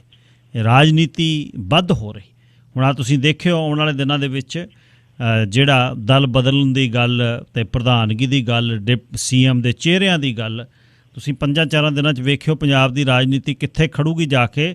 ਫਿਰ ਸਾਨੂੰ ਵੀ ਉਹਦੇ 'ਚ ਪਤਾ ਲੱਗੂ ਕਿ ਅਸੀਂ ਕਿੱਥੇ ਖੜ੍ਹੇ ਸੀ, ਕਿਹੜੇ ਬੰਦੇ ਕੀ ਕਰ ਰਹੇ ਸੀ ਉਸ ਸਮੇਂ। ਮੈਂ ਬੇਨਤੀ ਕਰਦਾ ਜੀ, ਇੱਕ ਛੋਟੀ ਜਿਹੀ ਗੱਲਬਾਤ ਮੈਂ ਪਰਮਿੰਦਰ ਥਿੰਦ ਉਹਨਾਂ ਨਾਲ ਕਰਨੀ ਹੈ ਥਿੰਕ ਇੰਸ਼ੋਰੈਂਸ ਤੋਂ। ਤੁਸੀਂ ਜਿਹੜੇ ਹੋਲਡ ਕਰ ਰਹੇ ਹੋ, ਜਾਂ ਤਾਂ ਹੋਲਡ ਕਰਦੇ ਰਹੋ 5-7 ਮਿੰਟ, ਨਹੀਂ ਤਾਂ ਦੁਬਾਰਾ ਫੋਨ ਕਰ ਲਿਓ। ਮੈਨੂੰ ਪਤਾ ਹੈ ਸਾਰੇ ਗੱਲਬਾਤ ਕਰਨੀ ਚਾਹੁੰਦੇ ਨੇ ਇਹ ਕਿਸਾਨ ਜਿਹੜੇ ਬਿੱਲ ਦੇ ਬਾਰੇ, ਕਾਨੂੰਨਾਂ ਦੇ ਬਾਰੇ, ਅਤੇ ਨਾਲ ਹੀ ਆਪਾਂ ਮਾਂ ਬੋਲੀ ਦੀ ਵੀ ਗੱਲਬਾਤ ਕਰਨੀ ਹੈ। ਅਤੇ ਅੱਜ ਕਈ ਚੀਜ਼ਾਂ ਨੇ ਨਾਲ ਆਪਾਂ ਉਹ ਵੀ ਗੱਲਾਂ ਕਰਦੇ ਰਹਿਣਾ। ਨਾਲ ਇਸ ਕਿਸਾਨ ਦੇ ਕਿਸਾਨਾਂ ਦੇ ਸੰਬੰਧ 'ਚ ਜਿਹੜੇ ਕਾਨੂੰਨ ਲੈ ਕੇ ਆਉਂਦੇ ਸੀ ਸਰਕਾਰ ਨੇ, ਉਹਨਾਂ ਨੇ ਰੱਦ ਕੀਤਾ, ਅਤੇ ਉਸ 'ਤੇ ਵੀ ਤੁਸੀਂ ਗੱਲਬਾਤ ਕਰਨੀ ਚਾਹੁੰਦੇ ਹੋ। ਸਰ ਪਰਮਿੰਦਰ ਸਿੰਘ ਥਿੰਦ ਜੀ, ਸਵਾਗਤ ਤੁਹਾਡਾ, ਸਤਿ ਸ਼੍ਰੀ ਅਕਾਲ। ਸਤਿ ਸ਼੍ਰੀ ਅਕਾਲ ਗਿੱਲ ਸਾਹਿਬ, ਤੁਹਾਨੂੰ ਤੇ ਸਾਰੇ ਸੁਣਾ ਲਓ ਮੇਰੇ ਵੱਲੋਂ ਪਿਆਰ ਭਰੀ ਸਤਿਕਾਰ ਭਰੀ ਸਤਿ ਸ਼੍ਰੀ ਅਕਾਲ। ਨਾਲੇ ਸ਼੍ਰੀ ਗੁਰੂ ਨਾਨਕ ਦੇਵ ਜੀ ਦੇ ਪ੍ਰਕਾਸ਼ ਪੁਰਖ ਦੀਆਂ ਲੱਖ ਲੱਖ ਵਧਾਈਆਂ ਸਾਰਿਆਂ ਨੂੰ, ਅਤੇ ਨਾਲੇ ਜਿੰਨੇ ਆਪਣੇ ਬਿੱਲ ਜਿਹੜਾ ਰੱਦ ਹੋਇਆ ਉਹਦੀਆਂ ਵੀ ਸਾਰਿਆਂ ਨੂੰ ਵਧਾਈਆਂ ਹੋਣ ਜੀ, ਜਿਨ੍ਹਾਂ ਨੇ ਉੱਥੇ ਮਿਹਨਤ ਕੀਤੀ ਹੈ, ਉੱਥੇ ਬੈਠੇ ਹਾਂ ਆਪਾਂ ਵੀ ਆਪਦੇ ਵੱਲੋਂ ਜਿੰਨੀਆਂ ਆਪਾਂ 3 ਮਹੀਨੇ ਐਡ ਚਲਾਈ ਅਨਕੰਡੀਸ਼ਨਲ ਫਾਰਮ ਦੀ ਸਪੋਰਟ ਵਾਸਤੇ, ਅਤੇ ਬਹੁਤ ਬਹੁਤ ਸਾਰਿਆਂ ਨੂੰ ਵਧਾਈਆਂ ਜੀ। ਬਿਲਕੁਲ ਜੀ, ਸਭ ਤੋਂ ਪਹਿਲਾਂ ਤੁਸੀਂ ਐਡਵਰਟਾਈਜ਼ਰਸ ਦੇ ਵਿੱਚ ਸਭ ਤੋਂ ਪਹਿਲਾਂ ਤੁਸੀਂ ਆਪਣੇ ਤੌਰ 'ਤੇ ਇਹ ਐਡਵਰਟਾਈਜ਼ਮੈਂਟ ਚਲਾਈ ਸੀ ਕਿਸਾਨਾਂ ਅਤੇ ਮਜ਼ਦੂਰਾਂ ਦੇ ਹੱਕ 'ਚ, ਧੰਨਵਾਦ। ਅੱਛਾ, ਸਭ ਤੋਂ ਪਹਿਲਾ ਸਵਾਲ ਕਿ ਪਿਛਲੇ 15 ਦਿਨਾਂ ਦੇ ਵਿੱਚ ਕੀ ਨਵਾਂ ਹੋਇਆ ਇੰਸ਼ੋਰੈਂਸ ਇੰਡਸਟਰੀ ਦੇ ਵਿੱਚ? ਹਾਂਜੀ, ਇੱਕ ਤਾਂ ਸਾਰਿਆਂ ਨੂੰ ਪਹਿਲਾਂ ਜਿਹੜਾ ਇਨਫਲੇਸ਼ਨ ਦਾ ਰੇਟ ਹੈ ਜੀ 18 ਸਾਲਾਂ ਦੇ ਵਿੱਚ ਸਾਰਿਆਂ ਨਾਲੋਂ ਜ਼ਿਆਦਾ ਹੁਣ ਵੱਧ ਗਿਆ ਜੀ। 4.7 ਇਨਕਰੀਜ਼ ਜਿਹੜੀ ਆਈ ਹੈ 18 ਸਾਲਾਂ ਦੇ ਵਿੱਚ, ਲਾਸਟ ਜਿਹੜੇ 18। ਇੱਕ ਤਾਂ ਇਹ ਹੈ ਜੀ ਬਹੁਤ ਇਨਫਲੇਸ਼ਨ ਬਹੁਤ ਵੱਧ ਗਿਆ। ਨਾਲ ਦੀ ਨਾਲ ਜਿਹੜੀ ਇੰਸ਼ੋਰੈਂਸ ਇੰਡਸਟਰੀ ਦੇ ਵਿੱਚ ਜਿਹੜੇ ਰੈਗੂਲੇਟਰ ਜਿਹੜੇ ਕਰਦੇ ਇੰਡਸਟਰੀ ਨੂੰ, ਉਹ ਬਹੁਤ ਚਿੰਤਤ ਨੇ। ਉਹ ਕਹਿੰਦੇ ਵੀ ਜਿਹੜੇ ਕਲਾਇੰਟ ਦੇ ਹਿੱਤਾਂ ਦੀ ਪਹਿਲਾਂ ਗੱਲ ਹੋਣੀ ਚਾਹੀਦੀ ਹੈ, ਬਾਕੀ ਜਿਹੜਾ ਸੌਦਾ ਵੇਚਣ ਵਾਲਾ ਹੈ ਵੀ ਉਹ ਆਪਦਾ ਸੌਦਾ ਨਾ ਵੇਚ ਜਾਵੇ। ਨਾਲ ਦੀ ਨਾਲ ਹੀ ਮੈਨੂੰ ਲੱਗਦਾ ਜੀ ਇੱਕ ਦਿਨ ਲੜੀਵਾਰ ਅਗਲੇ ਵਾਲੇ ਪ੍ਰੋਗਰਾਮਾਂ 'ਚ ਮੈਂ ਕਰਨਾ ਚਾਹੁੰਦਾ ਵੀ ਇੰਡਸਟਰੀ ਦੇ ਵਿੱਚ ਅੰਦਰ ਕੀ ਹੋ ਰਿਹਾ ਜੀ, ਇੰਡਸਟਰੀ ਦੇ ਵਿੱਚ ਕਿੱਦਾਂ ਹਾਇਰਿੰਗ ਹੋ ਰਹੀ ਹੈ, ਕਿੱਦਾਂ ਕੀ ਹੋ ਰਿਹਾ ਵੀ, ਕਿੱਦਾਂ ਲੁੱਟ ਖਸੁੱਟ ਬੁਲਿੰਗ ਹੋ ਰਹੀ ਹੈ ਇਸ ਇੰਡਸਟਰੀ ਦੇ ਵਿੱਚ ਵੀ, ਅਤੇ ਮੈਂ ਉਸ ਚੀਜ਼ ਬਾਰੇ ਗੱਲ ਕਰਨਾ ਚਾਹੁੰਦਾ ਜੀ। ਆਪਾਂ ਆਉਣ ਵਾਲੇ ਸਮੇਂ ਦੇ ਕਿਸੇ ਦਿਨ ਖੁੱਲ੍ਹੇ ਟਾਈਮ 'ਤੇ ਇਸ 'ਤੇ ਵੀ ਗੱਲ ਕਰਾਂਗੇ, ਪਰ ਮੇਨ ਜਿਹੜੀ ਹੈ ਜੀ ਹਿੱਤਾਂ 'ਤੇ ਜਿਹੜੀ ਗੱਲ ਹੈਗੀ ਹੈ ਉਸ 'ਤੇ ਬਹੁਤ ਜਿਹੜੀ ਰੈਗੂਲੇਟਰਸ ਨੇ ਵਿਚਾਰ ਕਰਨਾ ਚਾਹੁੰਦੇ ਜੀ। ਧੰਨਵਾਦ ਜੀ, ਜ਼ਰੂਰ ਆਪਾਂ ਕਰਾਂਗੇ। ਅੱਛਾ, ਸੁਪਰ ਵੀਜ਼ੇ ਦੇ ਇੰਸ਼ੋਰੈਂਸ ਬਾਰੇ ਸਮਝਾਇਓ ਜੀ, ਕੁਛ ਫਰਕ ਪਿਆ? ਕਿਉਂਕਿ ਜਦ ਦਾ ਸੁਪਰ ਵੀਜ਼ਾ ਸ਼ੁਰੂ ਹੋਇਆ ਇਹ ਗੱਲਾਂ ਚੱਲਦੀਆਂ ਰਹੀਆਂ ਕਿ ਘੱਟ ਹੈ, ਮਾਪੇ ਢਿੱਲੇ ਨਾ ਹੋ ਜਾਣ, ਜਵਾਕ ਜਿਹੜੇ ਨੇ ਫਿਕਰ ਕਰਦੇ ਸੀ। ਹੁਣ ਇਹ ਦੱਸਿਓ ਕਿ ਸੁਪਰ ਵੀਜ਼ੇ ਦਾ ਇੰਸ਼ੋਰੈਂਸ ਦਾ ਲੇਟੈਸਟ ਕੀ ਆ? ਲੇਟੈਸਟ ਹੈ ਜੀ, ਇੱਕ ਤਾਂ ਜੀ ਬਾਈ ਸਸਤਾ ਬਹੁਤ ਹੋ ਗਿਆ ਜੀ, ਤੇ ਇੱਕ ਸਖਾਲਾ ਬਹੁਤ ਹੋ ਗਿਆ। ਸਸਤੇ ਦਾ ਵੀ ਹੁਣ ਐਗਜ਼ਾਮਪਲ ਕਿਸੇ ਦੀ 50 ਸਾਲ ਏਜ ਹੈਗੀ, ਜੇ ਹੈਲਥੀ ਨੇ ਤੇ ਕੋਈ ਹੈਲਥ ਕੰਡੀਸ਼ਨ ਨਹੀਂ ਹੈਗੀ, ਜ਼ੀਰੋ ਡਿਡਕਟੇਬਲ ਦੇ ਨਾਲ $1,00,000 ਦੀ ਕਵਰੇਜ ਆਪਾਂ ਨੂੰ ਲੈਣੀ ਪੈਣੀ ਹੈ। $1,108 ਨੇ ਹਸਬੈਂਡ ਵਾਈਫ ਦੋਵੇਂ, ਜੇ 50-55 ਸਾਲ ਦੇ ਨੇ, $1,108 ਈਚ ਉਹਨਾਂ ਦੇ ਲੱਗਣੇ ਨੇ ਜੀ, ਤੇ ਸਾਲ ਦੀ ਪੂਰੀ ਕਵਰੇਜ ਹੋ ਗਈ। ਇਹ ਤਾਂ ਦੇਖੋ ਜੀ, ਹੁਣ ਪਹਿਲਾਂ ਆਹੀ ਚੀਜ਼ਾਂ ਜਿਹੜੀਆਂ ਸੀ ਮਹਿੰਗੀਆਂ ਸੀਗੀਆਂ, ਹੁਣ ਇੱਕ ਤਾਂ ਸਸਤੀ ਹੋਊਗੀ, ਨਾਲ ਉਦੋਂ ਵਧੀਆ ਇਹ ਹੋ ਗਿਆ ਹੁਣ ਕਿਸ਼ਤਾਂ 'ਚ ਵੀ ਪੈਸੇ ਦੇ ਸਕਦੇ ਹਾਂ। ਹੁਣ ਇਹੀ ਜੇ 1108 ਇੱਕ ਜਾਣੇ ਦੇ ਨੇ, ਉਹਨਾਂ ਨੇ $92 ਪਰ ਮੰਥ ਤੁਸੀਂ ਆਪਦੀ ਕਿਸ਼ਤਾਂ ਰੱਖ ਸਕਦੇ ਹੋ। $92 ਇੱਕ ਜਾਣੇ ਦੇ ਹੋ ਗਏ, ਤੁਸੀਂ ਦੇਖੋ ਕਿੰਨਾ ਸੌਖਾ ਹੋ ਗਿਆ। $92 ਪਰ ਮੰਥ ਦੇਣੇ ਤੁਸੀਂ, ਉਸ ਤੋਂ ਬਾਅਦ ਜਾਂ ਇਕੱਠੇ ਦੇਣੇ ਕਿਸੇ ਨੇ $1108 ਈਚ ਨੇ। ਹੁਣ ਇੱਕ ਤਾਂ ਸੌਖਾ ਬਹੁਤ ਹੋ ਗਿਆ, ਸਸਤਾ ਹੈ। ਉਸ ਤੋਂ ਬਾਅਦ ਜਿਹੜੀ ਕਵਰੇਜ ਜਿਹੜੀਆਂ ਨੇ ਉਹ ਬਹੁਤ ਵਧੀਆ ਹੈਗੀਆਂ ਨੇ। ਹੁਣ ਵੀ ਇਹੋ ਜਿਹੀਆਂ ਆਪਸ਼ਨਸ ਵੀ ਹੈਗੀਆਂ ਨੇ, ਤੁਸੀਂ ਅਨਕੰਡੀਸ਼ਨਲ ਜਿੰਨੀ ਵਾਰੀ ਮਰਜ਼ੀ ਡਾਕਟਰ ਦੀ ਵਿਜ਼ਿਟ ਕਰ ਸਕਦੇ ਹੋ। ਜਿਹੜੀਆਂ ਸਾਰਿਆਂ ਨਾਲੋਂ ਜ਼ਿਆਦਾ ਇੰਪੋਰਟੈਂਟ ਹੈਗੀਆਂ ਜਿਹੜੀਆਂ ਚੀਜ਼ਾਂ, ਅਨਕੰਡੀਸ਼ਨਲ ਜਿਹੜੀ ਵਿਜ਼ਿਟ ਜਿਹੜੀ ਹੈ ਡਾਕਟਰ ਦੀ, ਐਮਰਜੈਂਸੀ ਸਿਚੁਏਸ਼ਨ ਹੈ, ਕਈ ਵਾਰੀ ਫੋਲੋਅਪ ਦੀ ਜਿਹੜੀ ਸੀਗੀ ਉਸ 'ਤੇ ਕੈਪ ਲਾ ਜਿਹੜੀਆਂ ਕੰਪਨੀਆਂ ਲਾ ਦਿੰਦੀਆਂ ਸੀ, ਹੁਣ ਉਹ ਵੀ ਆਪਸ਼ਨਸ ਹੈਗੀਆਂ ਵੀ ਕੈਪ ਬਿਲਕੁਲ ਹੀ ਚੱਕ ਦਿੱਤੀ ਗਈ ਹੈ ਕਈਆਂ ਕੰਪਨੀ ਨੇ, ਅਤੇ ਆਪਣੇ ਕੋਲ ਆਪਸ਼ਨਸ ਅਵੇਲੇਬਲ ਨੇ। ਹੁਣ ਕਿਤੇ ਵੀ ਕੈਨੇਡਾ ਦੇ ਵਿੱਚ ਬੈਠੇ ਤੁਸੀਂ ਆਪਣੇ ਸੁਪਰ ਵੀਜ਼ਾ ਦੇ ਕੋਡ 'ਤੇ ਆਪਣੇ ਕਵਰੇਜ ਲੈ ਸਕਦੇ ਜੀ। ਅੱਛਾ, ਟਰਮ ਇੰਸ਼ੋਰੈਂਸ ਬਾਰੇ ਵੀ ਸਮਝਾਓ ਜੀ। ਹਾਂਜੀ, ਆਪਾਂ ਟਰਮ ਦੀ ਗੱਲ ਕਰਦੇ ਹਾਂ। ਕੋਈ ਵੀ ਆਪਾਂ ਕੋਈ ਪ੍ਰਮੋਸ਼ਨ ਜਿਹੜੀ ਲੈ ਕੇ ਆਉਣੇ ਉਹੀ ਲੈ ਕੇ ਆਉਣੇ ਜਿਹੜੀ ਕਲਾਇੰਟਸ ਵਾਸਤੇ ਵਧੀਆ ਹੋਵੇ, ਕੋਈ ਚੱਕਵੀਂ ਨਾ ਹੋਵੇ, ਦੇਖੇ ਕੁਛ ਤੇ ਅੰਦਰ ਕੁਛ ਹੋਰ ਹੋਵੇ। ਇਹੀ ਥਿੰਕ ਇੰਸ਼ੋਰੈਂਸ ਆਪਾਂ ਸ਼ੁਰੂ ਤੋਂ ਇਹੀ ਰਿਹਾ ਵੀ। ਹੁਣ ਐਗਜ਼ਾਮਪਲ ਟਰਮ ਦੀ ਗੱਲ ਕਰਦੇ ਹਾਂ ਜੀ, ਬਿਲਕੁਲ ਹੁਣ ਜਿਹੜੀ ਪ੍ਰਮੋਸ਼ਨ ਚੱਲ ਰਹੀ ਹੈ 10% ਜਿਹੜੀ ਹੈਗੀ ਹੈ ਜੀ, ਪੂਰੇ ਟਾਈਮ ਵਾਸਤੇ ਮਿਲੂਗੀ ਜਿੰਨੇ ਚਿਰ ਤੁਸੀਂ ਪਾਲਿਸੀ ਰੱਖਣੀ ਹੈ। ਜੇ 30 ਸਾਲ ਦੀ ਟਰਮ ਰੱਖੋ, ਐਗਜ਼ਾਮਪਲ ਜੇ ਕੋਈ ਮੇਲ ਹੈਗਾ 30 ਸਾਲਾਂ ਦਾ $1 ਮਿਲੀਅਨ ਦੀ ਕਵਰੇਜ ਕਰਾਉਂਦਾ ਜੀ, $89 ਪਰ ਮੰਥ ਹੈਗੇ ਜੀ, ਕਿਉਂਕਿ 10% ਪ੍ਰਮੋਸ਼ਨ। ਇੱਕ ਤਾਂ ਕੈਨੇਡਾ 'ਚ ਨੰਬਰ 1 ਰੇਟ ਹੈ ਜੀ, ਉਦੋਂ ਹੁਣ ਨਾਲੇ ਉਸ 'ਤੇ ਆਪਾਂ ਨੂੰ ਡਿਸਕਾਊਂਟ ਮਿਲ ਰਿਹਾ। ਨਾਲ ਦੀ ਨਾਲ ਹੀ ਜਿਹੜੀ ਇੱਕ ਹੋਰ ਪੰਜਾਬੀਆਂ ਦੀ ਬੜੀ ਹਰਮਨਚੇਤਾ ਕੰਪਨੀ ਡੇਜ਼ਰਡੈਨ ਆ, ਉਹ $10 ਮਹਿੰਗੀ ਜੀ, $98। ਹੁਣ ਇਹ ਵੀ ਤੁਸੀਂ $10 ਹਰੇਕ, ਹੁਣ ਇਹ ਵੀ ਇੱਕ ਕੰਪਨੀ ਨੇ ਪੁਸ਼ ਕਰਦੇ ਆ ਤੁਸੀਂ, ਪਰ ਇਹ ਦੇਖਦੇ ਹੋ ਤੁਸੀਂ 30 ਸਾਲਾਂ 'ਚ ਆਲਮੋਸਟ $3600 ਦੀ ਸੇਵਿੰਗ ਹੋਊਗੀ ਇੱਕ ਜਣੇ ਦੀ। ਹੁਣ ਜੇ 2 ਜਣੇ ਦੇ 3600 ਨੂੰ ਗਣਾ ਕਰ ਲਓ, ਪਰ ਇੱਕ ਤਾਂ ਇਹ ਵੀ ਸੇਵਿੰਗ ਹੈ ਟਰਮ 'ਤੇ, ਇੱਕ ਟਾਈਮ ਤੱਕ ਹੈ। ਇਹ ਵੀ ਨਹੀਂ ਹੁਣ ਜਨਵਰੀ ਦੇ ਐਂਡ ਤੱਕ ਹੈਗੀ ਜਿਹੜੀ ਪ੍ਰਮੋਸ਼ਨ ਦਾ ਕਿਸੇ ਨੇ ਫਾਇਦਾ ਚੱਕਣਾ, ਬਿਲਕੁਲ ਟਰਮ 'ਤੇ ਲੈ ਸਕਦੇ ਨੇ। ਟਰਮ ਦੀ ਰੇਸ ਬਹੁਤ ਹੁਣ ਤੇਜ਼ ਹੋ ਗਈ, ਬਹੁਤ ਕੰਪਨੀਆਂ ਜਿਹੜੀ ਇੱਕ ਹੁਣ ਆਪਾਂ ਅੱਗੇ ਵੀ ਮੈਂ ਕਰਦਾ ਹੁਣ ਇੱਕ ਕਹਿੰਦੇ 15% ਆਫ, 15% ਜਿਹੜੀ ਕੰਪਨੀ ਵਾਲੀ ਜਿਹੜੀ ਆਫ ਹੈਗੀ ਸਿਰਫ 1 ਸਾਲ ਦਿੰਦੇ ਨੇ, ਉਹ ਪਹਿਲਾਂ ਹੀ ਬਹੁਤ ਮਹਿੰਗੀ ਹੈ, ਪਰ ਜੇ 15% ਆਫ ਦੇ ਕੇ ਵੀ ਉਹ ਮਹਿੰਗੀ ਹੈ। ਇਸ ਕਰਕੇ ਇਹੋ ਜਿਹੀਆਂ ਚੀਜ਼ਾਂ ਤੋਂ ਬਚੋ ਜਿਹੜੀਆਂ ਆਪਾਂ ਨੂੰ ਉਹ ਦਿਖਦਾ ਕੁਛ ਹੋਰ ਨਿਕਲੇ ਕੁਛ ਹੋਰ ਜਿਹੜੀ ਕੰਪਨੀ। ਅਤੇ ਇੱਕ ਤਾਂ ਹੈ ਵੀ 10% ਜਦੋਂ ਤੱਕ ਆਪਾਂ ਲੈਣਾ ਉਸ 'ਤੇ ਬਿਲਕੁਲ ਆਫ ਮਿਲ ਸਕਦਾ। ਟਰਮ ਦੇ ਫਾਇਦੇ ਕੀ ਨੇ, ਮੋਰਟਗੇਜ ਇੰਸ਼ੋਰੈਂਸ ਲੈਣੀ, ਕੁਛ ਵੀ ਲੈਣਾ, ਹੁਣ ਤੁਹਾਨੂੰ ਪਤਾ ਮਿਲੀਅਨ ਤੋਂ ਥੱਲੇ ਕੁਛ ਨਹੀਂ ਹੈਗਾ, ਨਾਲੇ ਸਸਤੀ ਆ, ਡਿਸਕਾਊਂਟ ਮਿਲ ਰਿਹਾ, ਵਿਨ-ਵਿਨ ਸਿਚੁਏਸ਼ਨ, ਨਾਲੇ ਇਨਫਲੇਸ਼ਨ ਦੀ ਆਪਾਂ ਗੱਲ ਕਰਦੇ, ਚੀਜ਼ਾਂ ਮਹਿੰਗੀਆਂ ਹੋਈਆਂ ਨੇ, ਪਰ ਟਰਮ ਜਿਹੜੀ ਆ ਉਹ ਸਸਤੀ ਹੈ ਜੀ। ਅਤੇ ਡਿਸੇਬਿਲਟੀ ਇੰਸ਼ੋਰੈਂਸ ਜੀ? ਹਾਂਜੀ ਬਿਲਕੁਲ, ਡਿਸੇਬਿਲਟੀ ਦਾ ਹਮੇਸ਼ਾ ਹੀ ਆਪਾਂ ਟੀਚਾ ਜਦ ਤੋਂ ਸ਼ੁਰੂ ਕੀਤਾ, ਡਿਸੇਬਿਲਟੀ ਬਹੁਤ ਜ਼ਿਆਦਾ ਇੰਪੋਰਟੈਂਟ ਹੈ ਜੀ। ਕੋਈ ਵੀ ਕਿਸੇ ਨੇ ਆਪਦਾ ਕੋਈ ਜੇ ਕੰਮ ਕਰਦਾ, ਟਰੱਕ ਚਲਾਉਂਦਾ, ਕੁਛ ਵੀ ਭਾਵੇਂ ਆਫਿਸ 'ਚ ਕੰਮ ਕਰਦਾ, ਡਿਸੇਬਿਲਟੀ ਤੁਹਾਡਾ ਪੇ ਚੈੱਕ ਪ੍ਰੋਟੈਕਟ ਕਰਦੀ ਹੈ। ਡਿਸੇਬਿਲਟੀ ਕਈ ਕੰਪਨੀ ਇੱਦਾਂ ਦੇ ਵੀ ਜੀ ਰਾਈਡਰ ਨਾਲ ਫ੍ਰੀ ਦਿੰਦੀਆਂ ਨੇ ਡਿਸੇਬਿਲਟੀ ਦਾ, ਕੋਈ ਐਕਸਟਰੀਮ ਡਿਸੇਬਿਲਟੀ ਹੋ ਜਾਂਦੀ ਹੈ $2.5 ਲੱਖ ਤੱਕ ਜੇ ਤੁਸੀਂ ਡਿਸੇਬਿਲਟੀ ਬਿਲਕੁਲ ਨਾਲ ਫ੍ਰੀ ਲੈ ਸਕਦੇ ਹੋ ਆਪਦੇ ਟਰਮ ਇੰਸ਼ੋਰੈਂਸ ਦੇ। ਇੱਦਾਂ ਦੀ ਆਪਸ਼ਨਸ ਵੀ ਹੈਗੀਆਂ, ਪਰ ਜਿਹੜੀਆਂ ਟਰਮ ਰਾਈਡਰ ਨਾਲ ਲਾ ਕੇ ਤੁਸੀਂ ਲੈਂਦੇ ਹੋ ਡਿਸੇਬਿਲਟੀ, ਉਹਨਾਂ ਤੋਂ ਮੈਂ ਬਿਲਕੁਲ ਕਹਿੰਦਾ ਵੀ ਉਹ ਤੁਸੀਂ ਉਸ 'ਤੇ ਧਿਆਨ ਦਿਓ, ਬਿਕੋਜ਼ ਜਿਹੜੀਆਂ ਡਿਸੇਬਿਲਟੀ ਰਾਈਡਰ ਵਾਲੀਆਂ ਤੁਹਾਨੂੰ ਮਹਿੰਗੀਆਂ ਪੈਂਦੀਆਂ ਨੇ ਜਿਹੜੀਆਂ ਪਾਲਿਸੀਜ਼ ਨੇ। ਕਈ ਵਾਰੀ ਜੇ ਤੁਸੀਂ ਇੱਕ ਮੇਨ ਪਾਲਿਸੀ ਕੈਂਸਲ ਕਰਨੀ ਹੈ ਤਾਂ ਡਿਸੇਬਿਲਟੀ ਵੀ ਤੁਹਾਡੇ ਨਾਲ ਹੀ ਜਾਂਦੇ ਲੱਗੂਗੀ। ਅਤੇ ਇਸ ਕਰਕੇ ਡਿਸੇਬਿਲਟੀ ਤੁਹਾਡਾ ਪੇ ਚੈੱਕ ਪ੍ਰੋਟੈਕਟ ਕਰਦੀ ਹੈ, ਤੁਸੀਂ ਆਪਦੀ ਕਿਸ਼ਤਾਂ ਪ੍ਰੋਟੈਕਟ ਕਰ ਸਕਦੇ ਹੋ। ਅਤੇ ਬਹੁਤ ਜ਼ਿਆਦਾ ਇੰਪੋਰਟੈਂਟ ਡਿਸੇਬਿਲਟੀ ਜੇ ਕਿਸੇ ਨੇ ਕ੍ਰਿਟੀਕਲ ਕਰਾਉਣੀ ਹੈ, ਉਹ ਵੀ ਆਪਸ਼ਨ ਸਾਡੇ ਕੋਲ, ਪੈਸੇ ਵਾਪਸ ਵਾਲੀ ਹੈ, ਉਹ ਵੀ ਆਪਸ਼ਨ ਹੈਗੀ ਜੀ। ਅੱਛਾ ਜੀ, ਨਾਲ ਇੱਕ ਅਖੀਰ ਦੇ ਵਿੱਚ ਇਹ ਦੱਸ ਦਿਓ ਵੀ ਜਿਹੜੀ ਪਰਮਾਨੈਂਟ ਇੰਸ਼ੋਰੈਂਸ ਤੁਸੀਂ ਕਹਿੰਦੇ ਹੋ ਉਹਦੇ ਬਾਰੇ ਵੀ ਜਾਣਕਾਰੀ ਦੇ ਦਿਓ। ਹਾਂਜੀ, ਜਿਹੜੀ ਪਰਮਾਨੈਂਟ ਆਪਾਂ ਇਹੀ ਕਹਿੰਦੇ ਤਾਂ ਨਾ ਹੀ ਜਿੱਦਾਂ ਪਰਮਾਨੈਂਟ ਹੈ ਜੀ, ਆਪਾਂ ਪਰਮਾਨੈਂਟ ਕਰ ਲੈਂਦੇ ਹਾਂ ਕੁਛ ਵੀ, ਇਹ ਉੱਦਾਂ ਹੀ ਪਾਲਿਸੀਆਂ ਨੇ ਜੀ, ਪਰਮਾਨੈਂਟ ਪਾਲਿਸੀਆਂ ਨੇ, ਨਿਆਣਿਆਂ ਦੀ ਹੋ ਗਈ, ਸਿਆਣਿਆਂ ਦੀ ਹੋ ਗਈ। ਇਹ ਸਾਨੂੰ ਪਤਾ ਵੀ ਜਿਹੜੀਆਂ ਉਮਰ ਦੇ ਹਿਸਾਬ ਨਾਲ ਚੀਜ਼ਾਂ ਮਹਿੰਗੀਆਂ ਹੋਈ ਜਾਂਦੀਆਂ, ਅਸੀਂ ਉਹ ਬੱਚਿਆਂ ਦੀ ਵੀ ਕਰਾ ਸਕਦੇ ਹਾਂ। ਉਹ ਬੱਚਿਆਂ ਦੇ ਜਿੱਦਾਂ ਦਾ ਉਮਰ ਵਧੀ ਜਾਂਦੀ ਨਾਲੇ ਕਵਰੇਜ ਵਧੀ ਜਾਂਦੀ, ਜਿਹੜੇ ਵਿੱਚ ਪੈਸੇ ਨੇ ਉਹ ਆਪਦੇ ਕਢਾ ਸਕਦੇ ਨੇ, ਪੜ੍ਹਾਈ ਨੂੰ, ਲਿਖਾਈ ਨੂੰ, ਵਿਆਹ ਨੂੰ, ਦੁੱਖ ਸੁੱਖ ਨੂੰ, ਜਦੋਂ ਮਰਜ਼ੀ ਅਸੀਂ ਪੈਸੇ ਕਢਾ ਸਕਦੇ ਹਾਂ। ਨਾਲੇ ਇੱਕ ਉਹਨਾਂ ਦਾ ਐਸਟ ਬਣ ਗਿਆ ਜਿਹੜਾ ਵਿੱਚ ਕੈਸ਼ ਹੈਗਾ, ਉਹ ਆਪਾਂ ਵਰਤ ਸਕਦੇ, ਨਿਆਣੇ ਵਰਤ ਸਕਦੇ ਹਾਂ। ਜੇ ਅਸੀਂ ਕਿਸੇ ਸਿਆਣੇ ਨੇ ਕਰਾਉਣੀ ਉਹੀ ਪਾਲਿਸੀ, ਸਾਨੂੰ ਪਤਾ ਵੀ ਅਸੀਂ ਸਾਡੀ ਰਿਟਾਇਰਮੈਂਟ ਹੋਣੀ ਹੈ, ਸਾਡੀਆਂ ਜਿਹੜਾ ਕੈਸ਼ ਪਾਲਿਸੀ ਦਾ ਹੈਗਾ ਅਸੀਂ ਕਢਾ ਸਕਦੇ ਹਾਂ, ਬੋਰੋ ਕਰ ਸਕਦੇ ਹਾਂ ਆਪਦੀ ਪਾਲਿਸੀ ਦੇ ਵਿੱਚੋਂ, ਉਹ ਸਾਨੂੰ ਹੈਲਪ ਕਰੂਗਾ। ਨਾਲੇ ਸਾਡੀ ਸੇਵਿੰਗ ਹੋ ਗਈ, ਨਾਲੇ ਇੰਸ਼ੋਰੈਂਸ ਆ ਗਈ, ਨਾਲੇ ਸਾਡੇ ਰਿਸਕ ਕਵਰ ਹੋ ਗਏ। ਹੁਣ ਇਹ ਚੀਜ਼ਾਂ ਜਿਹੜੀਆਂ ਹੈਗੀਆਂ ਥਿੰਕ ਇੰਸ਼ੋਰੈਂਸ ਲੈ ਕੇ ਆਉਂਦਾ ਵੀ ਜਿਹੜੀਆਂ ਚੀਜ਼ਾਂ ਦਾ ਆਪਾਂ ਵਿਚਾਰ ਕਰੀਏ ਵਾਕਿਆ ਹੀ ਸੇਵਿੰਗ ਕਰਾਂਗੇ ਕੁਛ ਨਾ ਕੁਛ। ਅੱਜ ਤਾਂ ਸਾਨੂੰ ਹੈ ਵੀ ਹੁਣ TFSA RRSP ਦਾ ਵੀ ਸੀਜ਼ਨ ਆਪਾਂ ਹੁਣ ਆ ਗਿਆ, TFSA ਦੀ ਲਿਮਿਟ ਵੀ $6000 ਤੱਕ ਹੋ ਗਈ ਐਤਕੀ ਜੀ। ਹੁਣ ਕਿਸੇ ਨੇ RRSP ਲੈਣੀ, RRSP ਤੇ ਆਪਣੇ ਬਿਲਕੁਲ ਖਿਆਲ ਰੱਖੋ ਤੁਹਾਡੀ ਸੇਵਿੰਗ ਕਿੱਥੇ ਜਾ ਰਹੀ ਹੈ, ਕਿੰਨੀ ਗਰੋਥ ਹੋ ਰਹੀ ਹੈ, ਉਹ ਸਾਰੀਆਂ ਚੀਜ਼ਾਂ ਥਿੰਕ ਇੰਸ਼ੋਰੈਂਸ ਟੀਮ ਕਰਦੀ ਹੈ ਜੀ। ਅਤੇ ਮੈਂ ਹਮੇਸ਼ਾ ਹੀ ਕਹਿੰਦਾ ਕੋਈ ਵੀ ਪਾਲਿਸੀ ਲੈਣ ਤੋਂ ਪਹਿਲਾਂ ਇਹ ਨਾ ਸੋਚੋ ਵੀ ਸਾਡੇ ਵਾਸਤੇ ਪੈਸੇ ਜੋੜਦੇ ਨੇ, ਪਹਿਲਾਂ ਦੇਖੋ ਸਾਡਾ ਰਿਸਕ ਕਵਰ ਹੋਵੇ। ਹਾਂ, ਜੇ ਉਸ ਤੋਂ ਬਾਅਦ ਅਸੀਂ ਪੈਸੇ ਜੋੜ ਸਕਦੇ ਹਾਂ, ਸਾਡੀ ਇੱਛਾ ਹੈਗੀ ਆ, ਇਹ ਨੰਬਰਾਂ ਵੱਲ ਨਾ ਦੇਖੀਏ ਵੀ $1 ਮਿਲੀਅਨ ਹੋ ਜਾਊਗਾ, 5 ਲੱਖ ਹੋ ਜਾਊਗਾ, ਉਹਦੇ ਪਿੱਛੇ ਸਾਨੂੰ ਪਾਉਣਾ ਕੀ ਪੈਣਾ ਆ, ਜਦੋਂ ਅਸੀਂ ਕਢਾਉਣੇ ਨੇ ਕਦੋਂ ਨਿਕਲਦਾ, ਪਹਿਲੇ 1 ਸਾਲ 2 ਸਾਲ 3 ਸਾਲ 4 ਸਾਲ ਕੋਈ ਕੈਸ਼ ਵੈਲਿਊ ਹੈਗੀ ਕਿ ਨਹੀਂ ਹੈਗੀ, ਇਹ ਚੀਜ਼ਾਂ ਬਿਲਕੁਲ ਖਿਆਲ ਰੱਖੋ। ਤੁਸੀਂ ਪਾਲਿਸੀ ਉਸ ਤਰੀਕੇ ਨਾਲ ਡਿਜ਼ਾਈਨ ਕਰ ਸਕਦੇ ਹੋ ਕਿ ਤੁਹਾਡੇ ਕੋਲ ਕੈਸ਼ ਜਿਹੜਾ ਪਹਿਲੇ ਸਾਲ ਦੂਜੇ ਸਾਲ ਵੀ ਹੋਵੇ। ਉਹ ਥਿੰਕ ਇੰਸ਼ੋਰੈਂਸ ਇਹ ਵੀ ਜ਼ਰੂਰਤਾਂ ਦੇ ਹਿਸਾਬ ਨਾਲ ਚੀਜ਼ ਹੋਵੇ ਅਤੇ ਹਮੇਸ਼ਾ ਹਾਜ਼ਰ ਹੈ ਜੀ। ਕੋਈ ਵੀ ਕਿਸੇ ਦਾ ਕੁਐਸਚਨ ਹੋਵੇ ਜੀ ਲਾਈਫ ਇੰਸ਼ੋਰੈਂਸ ਬਾਰੇ, ਡਿਸੇਬਿਲਿਟੀ ਬਾਰੇ, ਕ੍ਰਿਟੀਕਲ ਅਤੇ ਲਾਈਫ ਇੰਸ਼ੋਰੈਂਸ ਬਾਰੇ, ਆਪਣੇ 4 ਆਫਿਸ ਨੇ ਜੀ, ਇੱਕ ਸਰੀ 'ਚ ਅਤੇ ਉੱਥੇ ਮੈਂ ਪਰਮਿੰਦਰ ਸਿੰਘ ਥਿੰਦ ਹੁੰਦਾ ਜੀ, ਅਤੇ ਐਬਰਟਸਫੋਰਡ 'ਚ ਖੁਸ਼ਦੀਪ ਸਿੰਘ ਸਰਾਂ, ਅਤੇ ਕੈਲਗਰੀ ਤੇ ਐਡਮੰਟਨ ਵਿੱਚ ਰਮਨਦੀਪ ਸਿੰਘ ਸੋਹਤਾ ਜੀ ਹੈਗੇ ਸਾਡੇ ਥਿੰਕ ਇੰਸ਼ੋਰੈਂਸ ਦੀ ਟੀਮ ਵੱਲੋਂ। ਬਾਕੀ ਕਿਸੇ ਦਾ ਕੋਈ ਵੀ ਕਿਤੇ ਵੀ ਬੈਠੇ ਹੁਣ ਤਾਂ ਜੀ ਸਭ ਸੁਖਾਲਾ ਹੋ ਗਿਆ। ਆਪਾਂ ਪਹਿਲਾਂ ਜੀ ਲਾਈਫ ਇੰਸ਼ੋਰੈਂਸ ਦੇ ਕੋਟ ਔਨਲਾਈਨ ਕੀਤੇ ਸੀ, ਸਭ ਨੂੰ ਇਹ ਵੀ ਉਹਲਾ ਹੀ ਚੱਕਤਾ ਇੰਸ਼ੋਰੈਂਸ ਦਾ। ਹੁਣ ਇਹ ਵੀ ਨਾ ਹੀ ਅਸੀਂ ਫੋਨ ਕਰਦੇ ਹਾਂ, ਡਰਾਵਾਂ 'ਚ ਨਾ ਪਾਉਂਦੇ ਹਾਂ। ਜਿਹੜੇ ਫੋਨ ਕਾਲਾਂ ਤੋਂ ਤੰਗ ਹੈ ਉਹ ਨਾ ਕਿੱਦਾਂ ਖੜਾ ਛੁਡਾਉਣਾ, ਉਹ ਵੀ ਸਾਨੂੰ ਫੋਨ ਕਰਕੇ ਪੁੱਛ ਸਕਦੇ ਨੇ ਵੀ ਫੋਨ ਕਾਲ ਬਹੁਤ ਆਉਂਦੇ ਨੇ ਵੀ ਕਿਸ ਬਹੁਤ ਕੰਪਲੇਂਟ ਆਉਣੀ ਆ, ਉਹਦਾ ਜਿਹੜਾ ਹੀਲਾ ਹੈਗਾ ਉਹ ਵੀ ਆਪਾਂ ਦੱਸਦੇ ਹਾਂ ਉੱਦਾਂ ਕਿੱਦਾਂ ਆਪਾਂ ਘਟਾ ਸਕਦੇ ਹਾਂ ਉਸ ਚੀਜ਼ ਨੂੰ। ਅਤੇ ਕੋਈ ਵੀ ਕੁਐਸਚਨ ਜੀ 604 828 7213। ਸ਼ੋਅ ਤੁਹਾਡਾ ਬਹੁਤ ਪੈਕ ਗਿੱਲ ਸਾਹਿਬ, ਮੈਂ ਹੁਣ ਚਾਹੁੰਦਾ ਵੀ ਇੱਦਾਂ ਛੇਤੀ ਆਫ ਹੀ ਕਰਦੀ ਹੈ ਜੀ ਹੁਣ ਤੁਸੀਂ ਕੈਰੀ ਔਨ ਜੀ। Thank you so much. ਧੰਨਵਾਦ ਜੀ, ਬਹੁਤ ਬਹੁਤ ਥੈਂਕ ਯੂ ਤੇ ਸ਼ੁਭ ਸ਼ਾਮਾਂ। ਥੈਂਕ ਯੂ ਗਿੱਲ ਸਾਹਿਬ।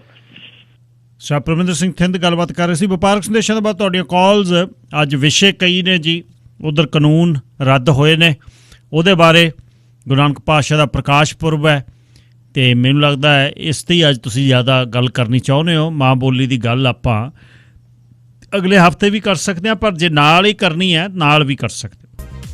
ਕੁਛ ਜਨਤਕ ਸੂਚਨਾਵਾਂ ਜੀ। ਸਭ ਤੋਂ ਪਹਿਲੀ ਤਾਂ ਗੱਲ, ਜਿਹੜਾ ਤੁਹਾਡਾ ਟੈਸਟ ਹੋਣਾ ਸੀ ਕੈਨੇਡੀਅਨ ਅਮਰੀਕਾ 'ਚ ਜਾਂਦੇ ਸੀ ਤਾਂ ਉਹਨੂੰ ਟੈਸਟ PCR ਜਿਹੜਾ ਸੀ ਉਹਨੂੰ ਤੁਹਾਨੂੰ ਕੱਲ੍ਹ ਦੀ ਖਬਰ ਇਹ ਹੈ ਹੀ ਹੈ, ਉਹਨੂੰ ਫਿਰ ਦੱਸਦੇ ਹਾਂ ਕਿ ਜਿਹੜਾ 72 ਘੰਟੇ ਦੇ ਵਿੱਚ ਵਾਪਸ ਕੈਨੇਡੀਅਨ ਮੁੜ ਕੇ ਆਏਗਾ, ਜਿਹੜਾ ਫੁੱਲੀ ਵੈਕਸੀਨੇਟਡ ਹੋਏਗਾ, ਉਹਨੂੰ ਕੋਈ ਟੈਸਟ ਦੀ ਬਾਰਡਰ 'ਤੇ ਜਾਂ ਏਅਰਪੋਰਟ 'ਤੇ ਲੋੜ ਨਹੀਂ, ਕੋਈ PCR ਟੈਸਟ ਨਹੀਂ ਹੋਣਾ। ਜੇ ਤੁਸੀਂ ਚੱਲੇ ਹੋ ਦੁੱਧ ਲੈਣ ਜਾਂ ਗੈਸ ਲੈਣ ਅਤੇ ਹੁਣ ਉਹਦੇ ਟੈਸਟ ਦੀ ਕੋਈ ਤੁਹਾਨੂੰ ਜ਼ਰੂਰਤ ਨਹੀਂ 72 ਘੰਟੇ ਦੇ ਵਿੱਚ। ਜੇ 72 ਘੰਟੇ ਤੋਂ ਵੱਧ ਰਹਿੰਦੇ ਹੋ ਤਾਂ ਟੈਸਟ ਹੋਏਗਾ।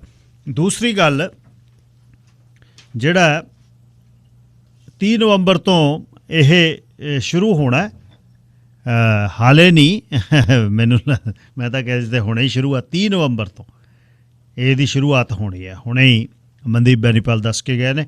ਅੱਛਾ, ਨਾਲ ਇੱਕ ਹੋਰ ਤੁਹਾਨੂੰ ਦੱਸਾਂ ਕਿ ਜਿੱਥੇ ਹੜ੍ਹ ਦੇ ਪਾਣੀਆਂ ਦੇ ਕਾਰਨ ਸੁਮਸ ਪ੍ਰੇਰੀ ਦਾ ਏਰੀਆ ਜਿਹੜਾ ਉਹਦੇ ਵਿੱਚੋਂ ਲੋਕ ਇਵੈਕੂਏਟ ਕੀਤੇ ਗਏ ਨੇ, ਕੱਢੇ ਗਏ ਨੇ, ਰੈਸਕਿਊ ਕੀਤੇ ਗਏ ਨੇ, ਉੱਥੇ ਕਈ ਵਾਰ ਤੁਹਾਡੇ ਪਾਲਤੂ ਜਾਨਵਰ ਪਿੱਛੇ ਰਹਿ ਜਾਂਦੇ ਨੇ।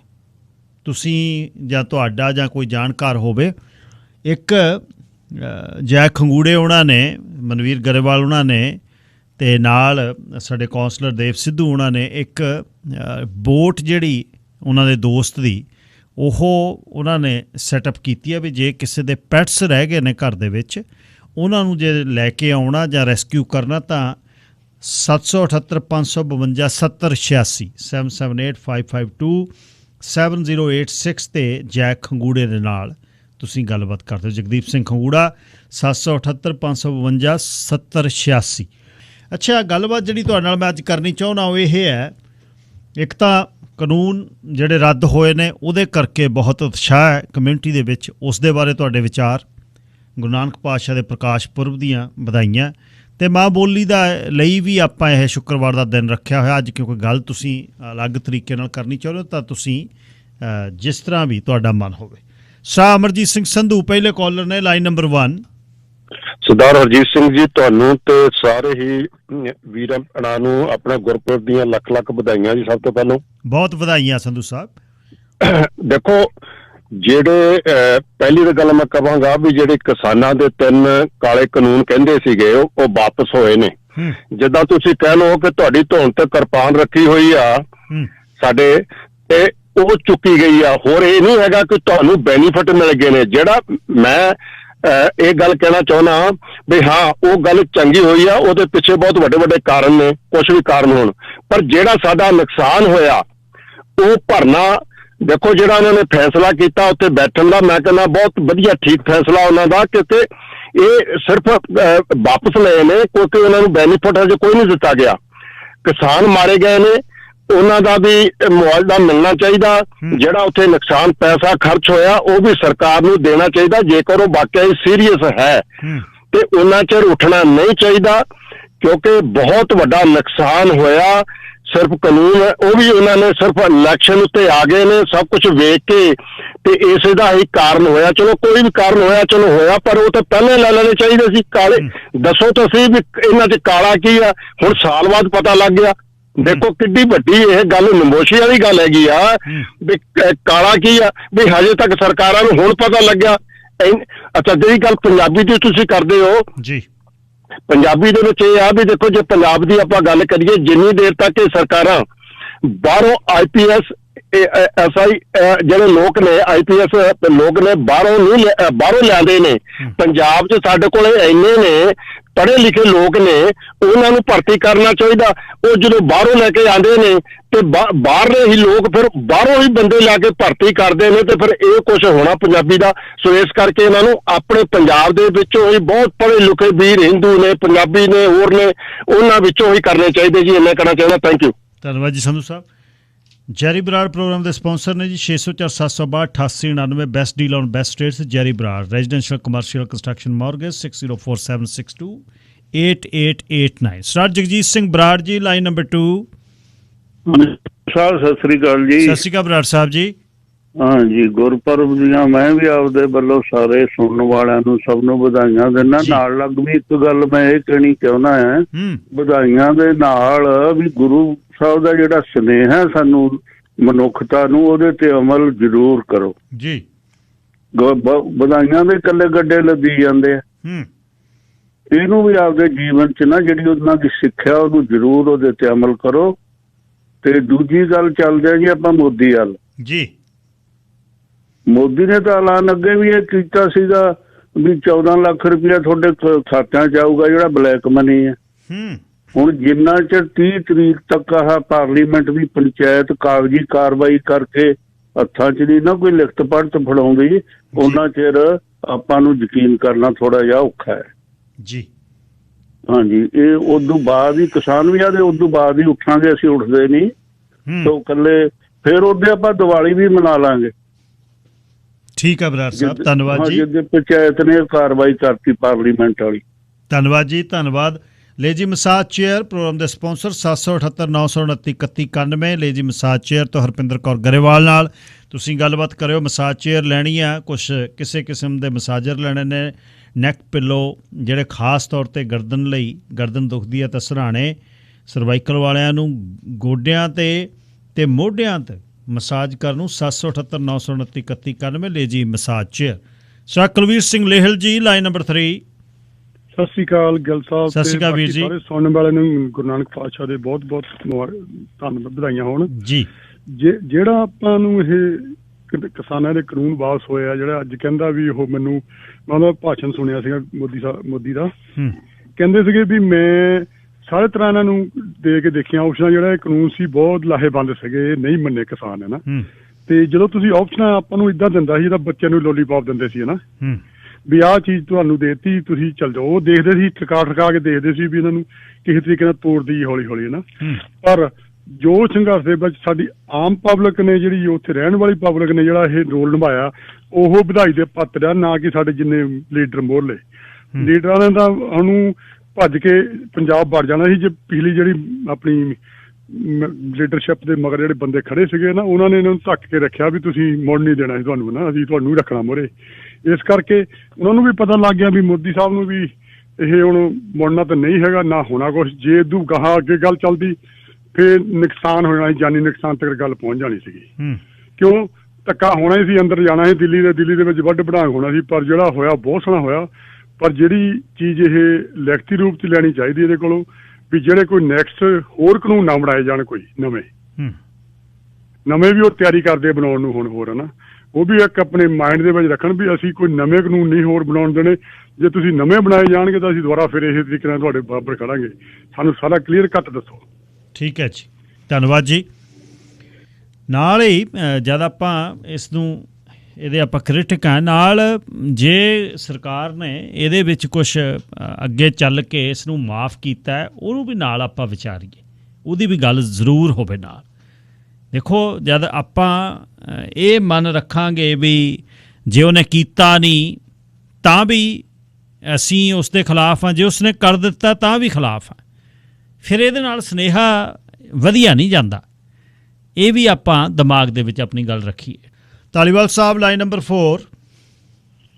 ਸਤਿ ਸ਼੍ਰੀ ਅਕਾਲ ਗਿੱਲ ਸਾਹਿਬ ਜੀ। ਸਤਿ ਸ਼੍ਰੀ ਅਕਾਲ। ਸੁਣਨ ਵਾਲਿਆਂ ਨੂੰ ਜੀ ਬਾਈ ਜੀ ਬਹੁਤ ਬਹੁਤ ਪਹਿਲੇ ਤੇ ਮੁਬਾਰਕਾਂ ਸ੍ਰੀ ਗੁਰੂ ਨਾਨਕ ਦੇਵ ਜੀ ਦੇ ਗੁਰਪੁਰਬ ਦੀਆਂ। ਜੀ ਬਾਈ ਜੀ।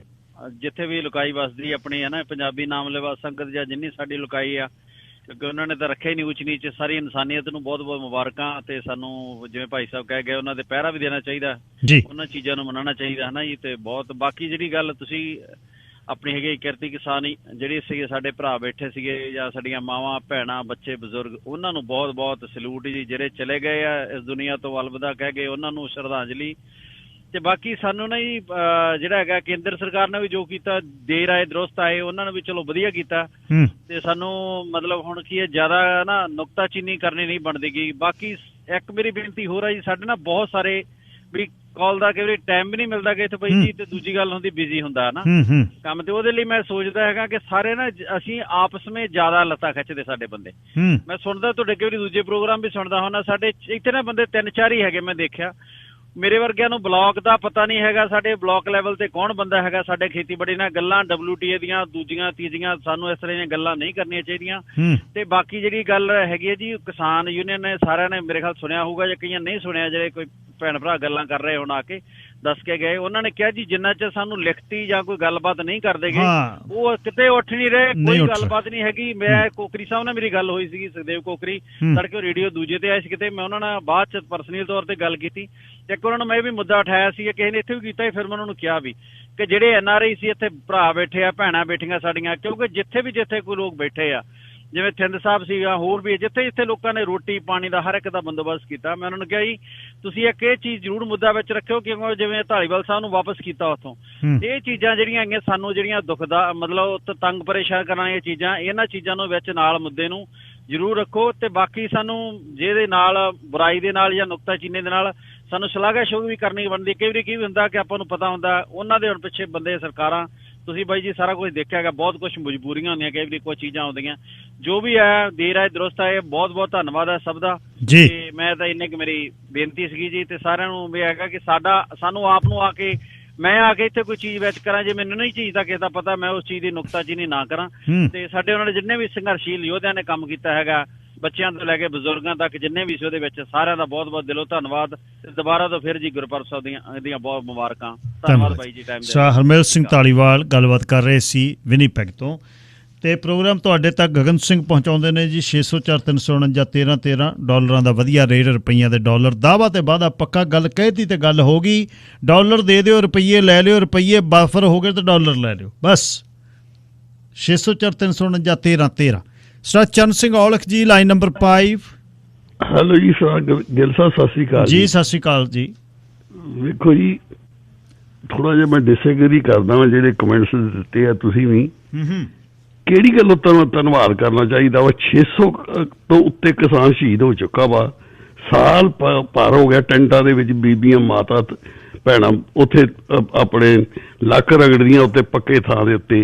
ਕਿਹੜੀ ਗੱਲ ਤੋਂ ਅਸੀਂ ਧੰਨਵਾਦ ਕਰੀਏ? ਇਹ ਚਾਹੀਦਾ ਸੀ ਇਹਨੂੰ ਸ਼ੁਰੂ ਤੋਂ ਹੀ। ਇੱਕ ਉਹਦਾ ਰਿਟਾਇਰ ਚੀਫ ਜਸਟਿਸ ਨੇ ਕਹਿਤਾ ਸੀ ਮੋਦੀ ਸਾਹਿਬ ਛੇਤੀ ਕਰੋ, ਇਹ ਮਾਫੀ ਮੰਗ ਲਓ ਕਿਸਾਨਾਂ ਕੋਲ, ਤੁਹਾਡਾ ਕੁਛ ਨਹੀਂ ਵਿਗੜਦਾ, ਤੇ ਇਹਦੇ ਕਹਿ ਦਿਓ ਵੀ ਮੇਰੇ ਕੋਲ ਗਲਤੀ ਹੋ ਗਈ। ਜੇ ਤੁਸੀਂ ਨਹੀਂ ਚਾਹੁੰਦੇ, ਮੈਂ ਤਾਂ ਤੁਹਾਡਾ ਭਲਾ ਕਰਨ ਪਿਆ ਸੀ, ਪਰ ਜੇ ਤੁਸੀਂ ਨਹੀਂ ਚਾਹੁੰਦੇ ਤੇ ਮੈਂ ਵਾਪਸ ਲੈਂਦਾ, ਗੱਲ ਮੁੱਕ ਜਾਂਦੀ।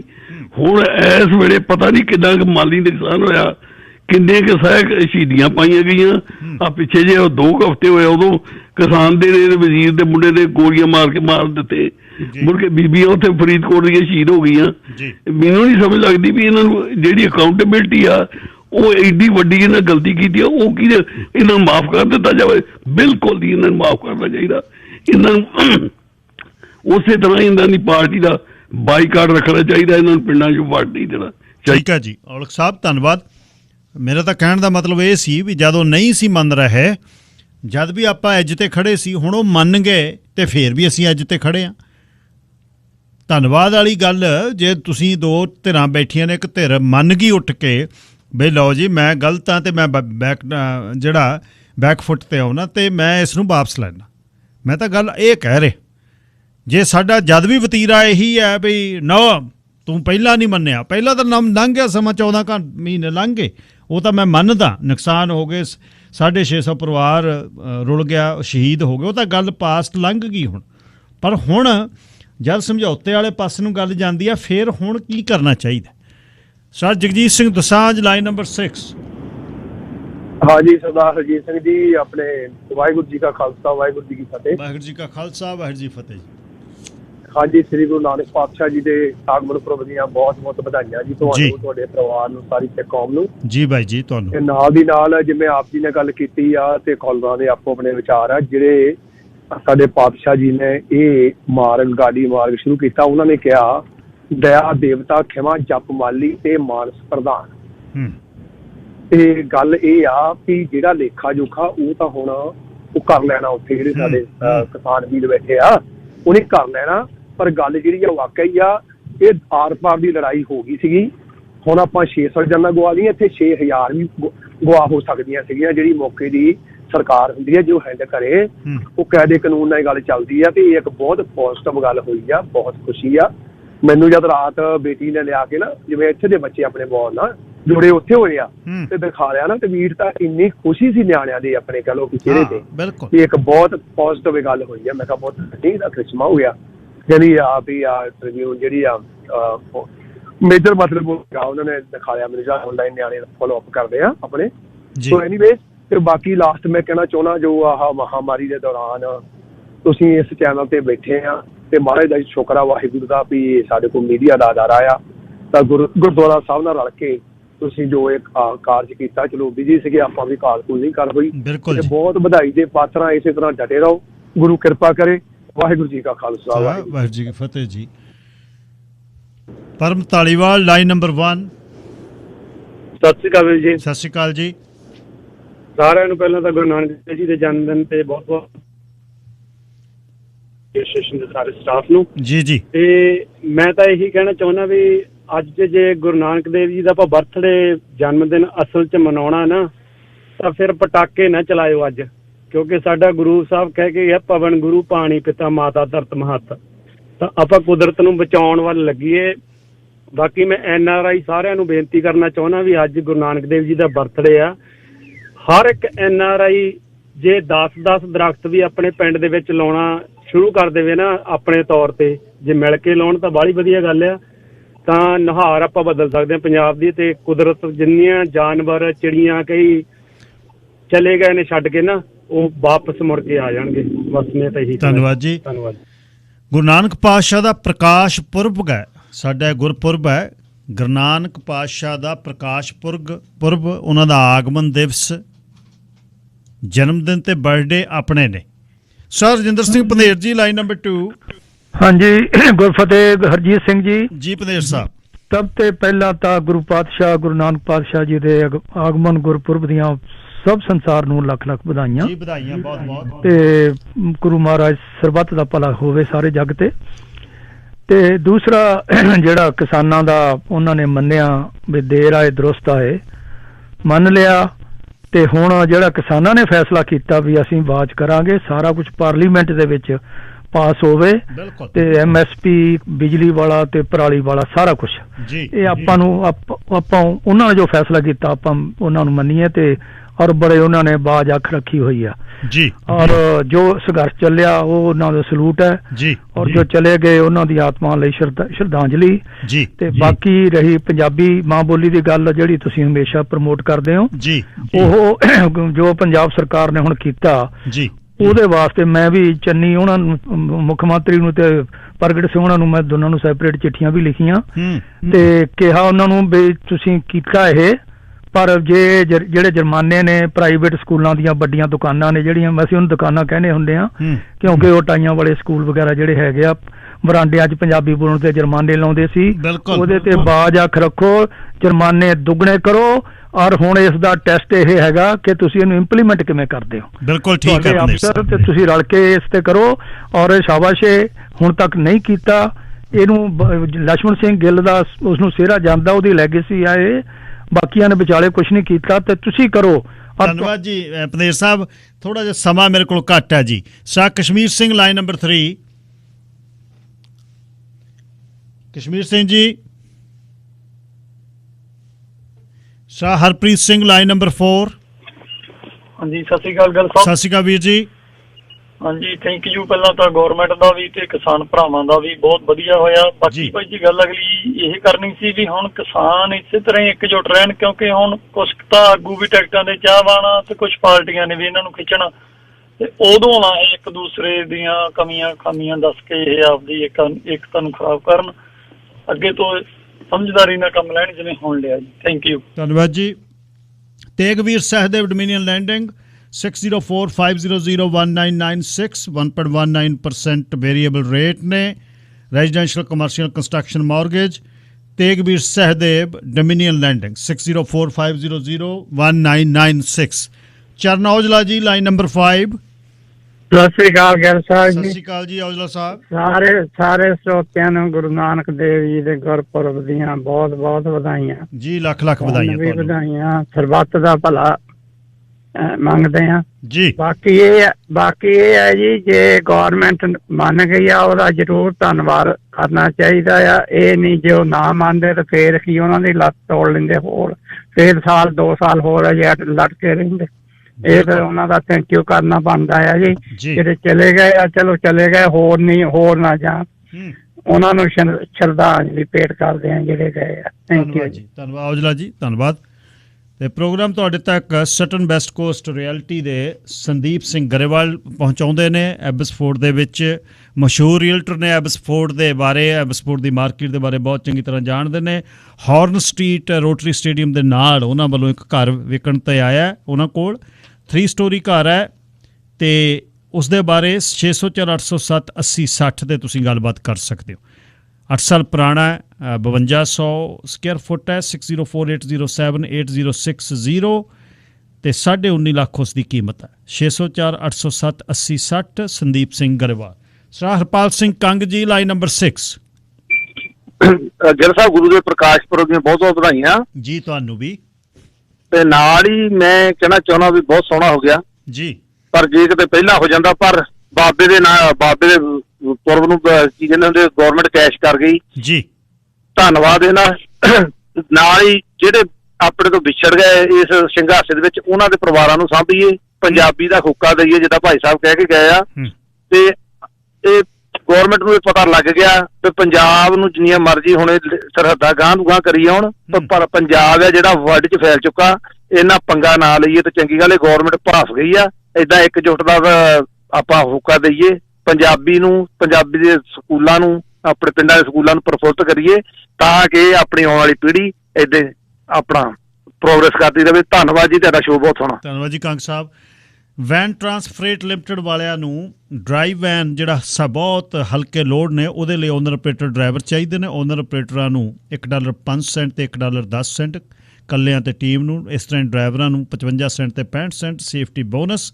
604 621 0923 ਲਾਈਟ ਲੋਡ ਨੇ, ਬਾਉਂਡਡ ਲੋਡ ਨੇ, ਡਰਾਈਵ ਵੈਨ ਦੇ ਲੋਡ ਨੇ 604 621 0923। Sir Sukhjinder Singh ji Sandhu line number 1।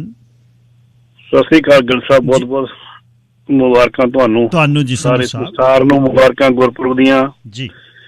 ਇਹ ਆ ਮਹਾਰਾਜ ਦੀ ਬਾਣੀ ਕਹਿੰਦੀ ਆ, ਸੱਚੋ ਹੀ ਸੱਚ ਨਿਬੜੇ ਮੂੰਹ ਕਾਲੇ ਦੋਜਖ ਚਲਿਆ। ਮਹਾਰਾਜ ਸੱਚ ਤੇ ਖੜਾ, ਸੱਚ ਬਹੁਤ ਬੜਾ ਸੱਚ ਹੁੰਦਾ। ਮੋਦੀ ਦਾ ਸ਼ੁਕਰੀਆ ਜ਼ਰੂਰ ਕਰਨਾ ਚਾਹੀਦਾ। ਇੱਕ ਸਿੰਘ ਸਾਹਿਬ ਕਹਿ ਕੇ ਅਸੀਂ ਉਹ ਕਰਨਾ ਨਹੀਂ ਚਾਹੀਦਾ। ਪਤਾ ਕੀ ਗੱਲ ਆ, ਇਹਨੂੰ ਦੇਖਿਆ ਨਹੀਂ ਨਾ ਜੀ, ਇਹ ਬੰਦਿਆਂ ਨੇ ਦੇਖਿਆ ਨਹੀਂ। ਅਸੀਂ ਪਹਿਲਾਂ ਹੀ ਦੇਖਿਆ, ਤੁਹਾਨੂੰ ਸ਼ਾਇਦ ਯਾਦ ਹੋਣਾ 2011 ਦੇ ਵਿੱਚ ਸ਼ੀਆਂ ਸੁਨੀਆਂ ਦਾ ਕੀ ਹੋਇਆ ਸੀ। ਉਹ ਵੀ ਤਾਂ ਗੌਰਮੈਂਟ ਸੁਨੀਆਂ ਦੀ ਸੀ ਨਾ। ਬਾਅਦ ਚ ਸੁਨੀਆਂ ਨੂੰ ਸੁਨੀਆਂ ਦਾ ਥੈਂਕ ਯੂ ਸ਼ੇਖ ਦਾ ਕਰਨਾ ਹੀ ਪਿਆ, ਸ਼ੇਖ ਦਾ ਸ਼ਾਇਦ ਕਰਨਾ ਹੀ ਪਿਆ। ਗੱਡੀਆਂ ਦੀਆਂ ਗੱਡੀਆਂ ਉਡਾਤੀਆਂ, ਪਤਾ ਨਹੀਂ ਕਿੰਨੀਆਂ ਜਾਨਾਂ ਚਲ ਗਈਆਂ। ਤੁਸੀਂ ਪ੍ਰੈਜ਼ੈਂਟ ਸੀ ਉਸ ਵੇਲੇ ਭਾਜੀ। ਜੀ ਜੀ ਜੀ। ਉਹ ਕਹਿੰਦੇ ਬੰਦੇ ਜਿਹੜੇ ਸ਼ਹੀਦ ਹੋ ਗਏ ਆ, ਦੇਖੋ ਇਹ ਲੋਕ ਕੀ ਕਹਿੰਦੇ ਆ ਵੀ ਉਹ ਆਪਾਂ ਨੂੰ ਫਰਜ਼ ਉਹਨਾਂ ਦੇ ਸ਼ਹੀਦੀਆਂ ਨੂੰ ਸਲਾਮ ਕਰਨਾ ਆ, ਉਹਨਾਂ ਨੂੰ ਸ਼ਰਧਾਂਜਲੀਆਂ ਦੇਣੀਆਂ। ਇਹ ਲਿਖਤ ਉੱਪਰ ਵਾਲੇ ਜਿੱਥੇ ਜਿੱਥੇ ਲਿਖਿਆ ਉੱਥੇ ਉੱਥੇ ਉਹ ਹੋਣੀ ਆ। ਬਿਲਕੁਲ ਠੀਕ। ਪਰ ਆਪਣਾ ਫਰਜ਼ ਬਣਦਾ ਕਹਿੰਦਾ ਨਾ ਦੇ ਦਰੁਸਤ, ਜਦੋਂ ਸਵੇਰੇ ਕਹਿ ਗਿਆ ਨਾ ਉਹ ਆਲੇ ਦਰੁਸਤ ਆਏ ਨਾ, ਉਹਨੇ ਕੁਛ ਨਾ ਕੁਛ ਰਹਿਮਦਿਲ ਕਰ ਲਈ। ਉਹ ਹੋਰ ਕਰੂਗਾ ਤਦੇ ਹੀ ਜੇ ਆਪਾਂ ਨੂੰ ਐਪਰੀਸ਼ੀਏਟ ਕਰਾਂਗੇ। ਬਿਲਕੁਲ ਸੰਧੂ ਸਾਹਿਬ, ਇਹ ਬਿਲਕੁਲ ਠੀਕ ਆ। Paramjit Kaur ji line number 3। ਹਾਂਜੀ, ਸਤਿ ਸ੍ਰੀ ਅਕਾਲ ਵੀਰ ਜੀ। ਸਤਿ ਸ੍ਰੀ ਅਕਾਲ ਭੈਣ ਜੀ। ਸਾਰਿਆਂ ਨੂੰ ਗੁਰਪੁਰਬ ਦੀਆਂ ਬਹੁਤ-ਬਹੁਤ ਮੁਬਾਰਕਾਂ ਜੀ। ਬਹੁਤ ਖੁਸ਼ੀ ਹੋਈ ਹੈ ਜੋ ਕੁਝ ਮੋਦੀ ਜੀ ਨੇ ਅਨਾਉਂਸ ਕੀਤਾ, ਪਰ ਉਹਦੇ ਵਿੱਚ ਆਪਾਂ ਪੰਜਾਬ ਦੇ ਕਿਸਾਨ ਐਂਡ ਛੋਟੇ ਵੱਡੇ ਸਭ ਤਰ੍ਹਾਂ ਦੇ, ਹਰਿਆਣਾ, ਯੂਪੀ, ਉੱਤਰਾਖੰਡ, ਸਾਰੇ ਪੂਰੇ ਭਾਰਤ ਦੇ ਕਿਸਾਨਾਂ ਦਾ ਹੀ ਯੋਗਦਾਨ ਹੈਗਾ ਹੈ ਨਾ। ਆਪਾਂ ਸਾਰਿਆਂ ਨੇ ਹੀ ਰਲ ਕੇ, ਮੈਂ ਵੀ ਪੰਜਾਬ ਤੋਂ ਹਾਂ, ਬਟ ਆਪਾਂ ਨੂੰ ਸਾਰਿਆਂ ਨੇ ਹੀ ਮਿਲ ਕੇ ਕੀਤਾ ਹੈ ਜੋ ਕੁਝ ਕੀਤਾ ਹੈ, ਤੇ ਬਹੁਤ ਖੁਸ਼ੀ ਦੀ ਗੱਲ ਹੈ। ਸਾਰਿਆਂ ਦਾ ਥੈਂਕ ਯੂ। ਧੰਨਵਾਦ। ਹਰਦਿਆਲ ਨਾਗਰਾ ਜੀ। ਗਿੱਲ ਸਾਹਿਬ ਪਿਆਰ ਵੀ ਸਤਿ ਸ੍ਰੀ ਅਕਾਲ ਜੀ। ਸਤਿ ਸ੍ਰੀ ਅਕਾਲ। ਔਰ ਗੁਰਪੁਰਬ ਦੀਆਂ ਅਲੱਗ-ਅਲੱਗ ਵਧਾਈਆਂ ਹੋਣ ਤੁਹਾਨੂੰ। ਇਹ ਆਪਣਾ ਆਖਰੀ ਕਹਿੰਦੇ ਅੰਤ ਪੈਦਾ ਭਲਾ, ਕਿਸਾਨਾਂ ਨੂੰ ਸਾਲ ਹੋ ਗਿਆ ਘਰ ਆਪਣੇ ਜਾਣਗੇ, ਸਾਡਾ ਵੀ ਦਿਲ ਖੁਸ਼ ਹੋਣ। ਨਹੀਂ ਤਾਂ ਅਸੀਂ ਕਹਿੰਦੇ ਵੀ ਇਹਦਾ ਕਿੱਦਾਂ ਅੰਤ ਹੋਣਾ, ਸਾਨੂੰ ਸਿਰੇ ਸਰ ਇਹਦਾ ਅੰਤ ਕਿੱਦਾਂ ਹੋਣਾ ਸਾਨੂੰ ਇਹ ਨਹੀਂ ਪਤਾ ਸੀਗਾ। ਤੇ ਮੋਦੀ ਸਾਹਿਬ ਦਾ ਵੀ ਭਲਾ, ਹੁਣ ਵੀ ਚਲੋ ਠੀਕ ਹੈ, ਟਾਈਮ ਸਿਰ ਕੰਮ ਕਰ ਦਿੱਤਾ। ਉਹ ਬਾਬੇ ਨਾਨਕ ਦਾ ਕੋਈ ਚਮਤਕਾਰ ਹੈ, ਇਹਨੂੰ ਕਹਿੰਦੇ ਚਮਤਕਾਰ ਹੈ ਜੀ ਇਹਦਾ। ਬਿਲਕੁਲ ਜੀ, ਧੰਨਵਾਦ। ਅੱਛਾ, ਬੇਨਤੀ ਇੱਕ ਅਖੀਰ ਦੇ ਵਿੱਚ ਮੈਂ ਕਰਨੀ ਚਾਹੁੰਦਾ ਕਿ ਜਦ ਤੁਸੀਂ ਮੋਦੀ ਉਹਨਾਂ ਦਾ ਜਿਹੜਾ ਭਾਸ਼ਣ ਸੁਣਿਆ, ਜਿੱਥੇ ਉਹਨਾਂ ਨੇ ਆਪਣੇ ਕਾਨੂੰਨ ਜਿਹੜੇ ਨੇ ਰਿਪੀਲ ਕੀਤੇ ਨੇ, ਨਾਲ ਉਹਨਾਂ ਨੇ ਮਾਫੀ ਵੀ ਮੰਗੀ ਹੈ। ਇੱਥੇ ਟਰੂਡੋ ਗਲਤੀ ਕਰਦਾ ਤੇ ਮਾਫੀ ਮੰਗਦਾ, ਤੇ ਦੂਜੇ ਦਿਨ ਅਸੀਂ ਕਦੇ ਗੱਲ ਕੀਤੀ ਹੈ ਬਈ ਨਾ ਅਸੀਂ ਨਹੀਂ ਤੇਰੀ ਅਪੋਲੋਜਾਈਜ਼ ਮੰਨਦੇ। ਕਦੇ ਆਗਾ ਖਾਨ ਦੇ ਚਲੇ ਗਏ ਤੇ ਕਦੇ ਨੇਟਿਵ ਦਾ ਦਿਨ ਮਨਾ ਰਹੇ ਹਾਂ, ਉਦਣ ਛੁੱਟੀਆਂ ਕਰ ਲਈਆਂ ਤੇ ਦੂਜੇ ਦਿਨ ਆਈ ਅਪੋਲੋਜਾਈਜ਼। ਤੇ ਉਧਰ ਤਾਂ ਅਸੀਂ ਕਦੇ ਨਹੀਂ ਕਹਿੰਦੇ ਵੀ ਭਾਈ ਅਸੀਂ ਨਹੀਂ ਤੇਰੀ ਐਕਸੈਪਟ ਕਰਦੇ ਅਪੋਲੋਜਾਈਜ਼, ਜਿਹੜੀ ਅਪੋਲੋਜੀ ਤੂੰ ਕਰਦਾ। ਹੁਣ ਹੋ ਗਈ ਗੱਲ ਇਹ, ਸਾਡੇ ਬੰਦੇ ਘਰਾਂ ਨੂੰ ਜਾਣਗੇ, 650 ਪਹਿਲਾਂ ਸ਼ਹੀਦ ਹੋ ਗਿਆ ਉਹ ਪਰਿਵਾਰ ਨੇ, ਤੇ ਹਾਲੇ ਵੀ ਉਹ ਤੁਰ ਕੇ ਨਹੀਂ ਜਾਂਦੇ ਜਦ ਤੱਕ ਲਿਖਤ ਹੋ ਜੂ। ਮੇਰੇ ਖਿਆਲ ਜਦ ਦੋ ਧਿਰਾਂ ਬੈਠੀਆਂ ਨੇ, ਆਪਾਂ ਅਕਸਰ ਕਹਿੰਦੇ ਦੋ ਧਿਰਾਂ ਬੈਠੀਆਂ ਨੇ, ਇੱਕ ਧਿਰ ਨੇ ਜੇ ਕਹਿਤਾ ਵੀ ਮੇਰੀ ਗਲਤੀ ਆ ਯਾਰ, ਮੈਂ ਗਲਤੀ ਮੰਨਦਾ, ਤੇ ਉਹਦੇ ਬਾਅਦ ਫਿਰ ਅਸੀਂ ਉਹਨੂੰ ਕੀ ਕਹਿਣਾ ਹੁੰਦਾ, ਅਸੀਂ ਵੀ ਹੱਥ ਮਿਲਾਉਣਾ ਹੁੰਦਾ ਵੀ ਧੰਨਵਾਦ ਬਾਈ ਜੀ, ਆਪਣੀ ਗੱਲ ਨਿਬੜ ਗਈ। ਇਹ ਮੀਡੀਏਸ਼ਨ ਹੈ। ਜਿਸ ਤਰ੍ਹਾਂ ਕਰੈਕਟਰ ਹੈ, ਜਿਸ ਤਰ੍ਹਾਂ ਦੀ ਪਰਸਨੈਲਿਟੀ ਸੀ ਨਰਿੰਦਰ ਮੋਦੀ ਉਹਨਾਂ ਦੀ, ਕੋਈ ਕਹਿੰਦਾ ਸੀ ਵੀ ਉਹ ਕਦੇ ਬੈਕਫੁੱਟ ਤੇ ਆ ਜਾਣਗੇ। ਰਾਜਨੀਤੀ ਕਰ ਲਓ, ਵੋਟਾਂ ਆ ਗਈਆਂ, ਕੁਛ ਵੀ ਆ ਗਿਆ, ਸਾਡਾ ਤਾਂ ਮੁੱਦਾ ਨਿਬੜੂ ਨਾ। ਇੱਕ ਵਾਰ ਮਾਪੇ ਤਾਂ ਘਰਾਂ ਨੂੰ ਆਉਣਗੇ, ਅਸੀਂ ਇੱਥੇ ਕੰਫਰਟ 'ਚ ਬੈਠੇ ਹਾਂ, ਸਾਡੇ ਕੋਲ ਰਜਾਈਆਂ, ਗਦੈਲੇ, ਘਰ ਠੰਡੇ ਤੱਤੇ ਨੇ। ਉੱਥੇ ਜਿਹੜੇ ਤੰਬੂਆਂ 'ਚ ਬੈਠੇ ਨੇ 14 ਮਹੀਨੇ ਹੋ ਗਏ ਚੱਲੇ ਨੂੰ, ਤੇ 12 ਮਹੀਨੇ ਹੋ ਗਏ ਦਿੱਲੀ ਬੈਠੇ ਨੂੰ। ਬਹੁਤ ਔਖਾ ਹੈ, ਸੌਖਾ ਨਹੀਂ ਹੈ। ਸੋ ਮੇਰੇ ਖਿਆਲ ਅਸੀਂ ਸਾਰੇ ਇਸ 'ਤੇ ਪੋਜ਼ੀਟਿਵ ਤਾਂ ਐਟੀਟਿਊਡ ਕਰੀਏ ਥੋੜ੍ਹਾ ਜਿਹਾ, ਹਾਂ ਪੱਖੀ ਦੇ 'ਚ ਹੰਗਾਰਾ ਦਈਏ। ਸੋ ਇਹੀ ਮੇਰੀ ਬੇਨਤੀ ਆ, ਬਾਕੀ ਮਰਜ਼ੀ ਹਰ ਇੱਕ ਦੀ ਆਪਣੀ ਹੈ। ਸੋਮਵਾਰ ਨੂੰ ਫਿਰ ਮੁੜਦਾ ਜੀ 9 ਵਜੇ। ਰੱਬ ਰਾਖਾ।